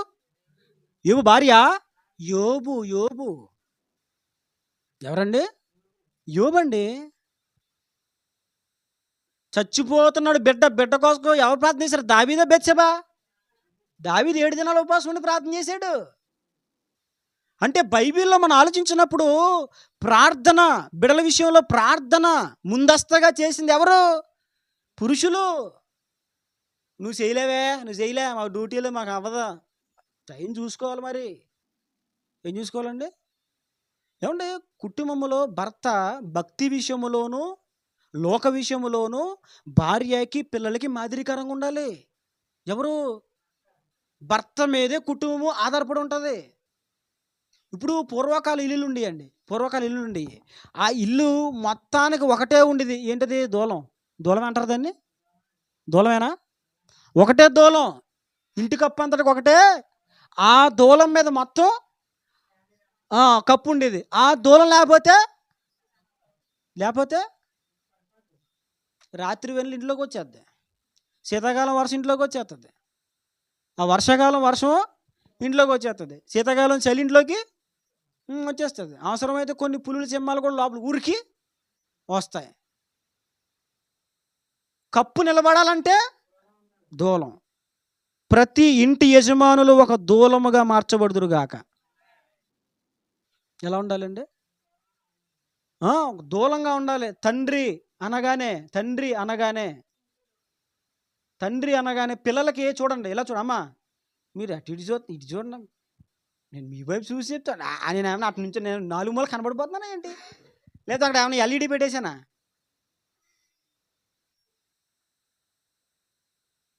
చెప్పండి ఏంటిది? ప్రత్యేకంగా దేవుడు ఈరోజు మాట్లాడుతున్నారు, జాగ్రత్తగా వినాలి. తండ్రి ఒక గృహానికి దూలం ఎలా ఉంటుందో అలా తండ్రి ఉండాలి కుటుంబానికి. పిల్లలకి హృదయంలో ఒక నిశ్చయిత ఉండాలి. మా నాన్న ఉన్నాడురా, నా కోసం ప్రార్థన చేసే ఒక నాన్న ఉన్నాడు, నా కోసం మంచి నిర్ణయాలు తీసుకుని ఒక నాన్న ఉన్నాడు, నా కోసం మంచి పనులు చేపట్టే ఒక నాన్న ఉన్నాడు, నాకు భరోసాగా నిలబడడానికి మా నాన్న. అంతేగా బాబాయ్ టైం వచ్చింది యాండి ఇచ్చేస్తాడు రా మనోడు. ఈ రోజున మనోడు అనుకుంటున్నారండి కొందరు పిల్లలు. ఎవరిని? అసలు తండ్రిని ఏమనుకోలే, నా తండ్రి మా నాన్న ఇదిగో ఆయన చిత్త ప్రకారం చేయువారే వెళ్తారు. ప్రభు మాట్లాడేది, ఇదిగో అనేకులు ఆ దినమున నా యొద్దకు వచ్చి, ఇదిగో నీ నామమును ప్రవచింపలేదా, నీ నామమున దయ్యములు వెలగొట్టలేదా, నీ నామమున అద్భుతాలు చేయలేదని మాట్లాడతారు. అప్పుడు ప్రభు ఏమంటారంటే, అక్రమము చేయవారులారా మీరు ఎవరు నేను ఎరుగను. చూడండి, అక్రమము చేసినటువంటి ఎవరిని, బైబిల్లో ఉన్నటువంటి నాదాబు అబీహుల్ని దేవుడు విడిచిపెట్టలేదు. అక్రమముగా నడుచుకున్నటువంటి మోషేని దేవుడు విడిచిపెట్టలేదు. అక్రమము సేవలో అక్రమం చేసినటువంటి హోఫ్ని ఫినిహాసులను దేవుడు విడిచిపెట్టలేదు. దేవుని చిత్తమైతే మిగిలిన విషయాలు వచ్చే వారం ధ్యానం చేద్దాం. కాబట్టి ఈ మాటలు దయచేసి మీ హృదయాల్లో పెట్టుకోండి. బిడ్డల విషయమే కూడా మీరు చాలా జాగ్రత్త తీసుకొని ప్రార్థన చేయండి. వారికి దైవవాక్కులు నేర్పండి. వారి నిమిత్తమే దేవుని సందులో మీరు మొరపెట్టండి. ఒక బాధ్యత తీసుకోండి. తప్పు చేసినప్పుడు వారికి మంచిగా ప్రేమగా చెప్పండి. ఒకవేళ ఇప్పుడు చిన్న వయసు వారు కొడతాం, చిన్న వయసులో కొడతాం. 14-15 సంవత్సరాలు దాటేసిన తర్వాత ఇంకా వాళ్ళని కొట్టకూడదు. ఏం చేయకూడదండి? కొట్టకూడదు. చిన్నప్పుడే బాల్యంలోనే, ఇంకా పెద్ద అయిన తర్వాత ఇంకా కొట్టే పనులు పెట్టుకోకూడదు. ఎందుకని? నువ్వు కొడితే వాళ్ళు అలా తిరగబడతారండి. నేను చెప్పాను కదా, మా నాన్నగారు అలాగ అంత సీన్ లేదండి. మమ్మల్ని కొడతామంటే మేమని వాళ్ళు, నీకు అంత సీన్ లేదు అనేవారు మా నాన్నగారిని. కనుక వయసు మీరుతున్నప్పుడు ఇక వారికి ప్రేమతో, అంతేకాకుండా గద్దించి సత్యాన్ని, మంచి మాటలను మనం చెప్పాలి. కాబట్టి మనం చేస్తున్న పరిచర్య, మనం చేస్తున్న భక్తి క్రమములో ఉందా లేదో చూసుకుందాం. ఇంకా క్రమంలో లేకపోతే వాక్యాన్ని ఇంకా బాగా చదువుదాం. దేవుడు చెప్తున్నటువంటి మాటలు ఇంకా మనం తెలుసుకుందాం. ఆ ప్రకారంగా క్రమమైనటువంటి జీవితాన్ని జీవించి మోక్షానికి, పరలోకానికి మనం యోగ్యులుగా సిద్ధపడదాం. అటు కృపదేవుడు ఈ మధ్యాహ్నం మనకు దయచేయును గాక. ఆమేన్. దేవుడి మాటలు మన వెనుకలు దీవించి ఫలింపచేయును గాక. ఆమేన్.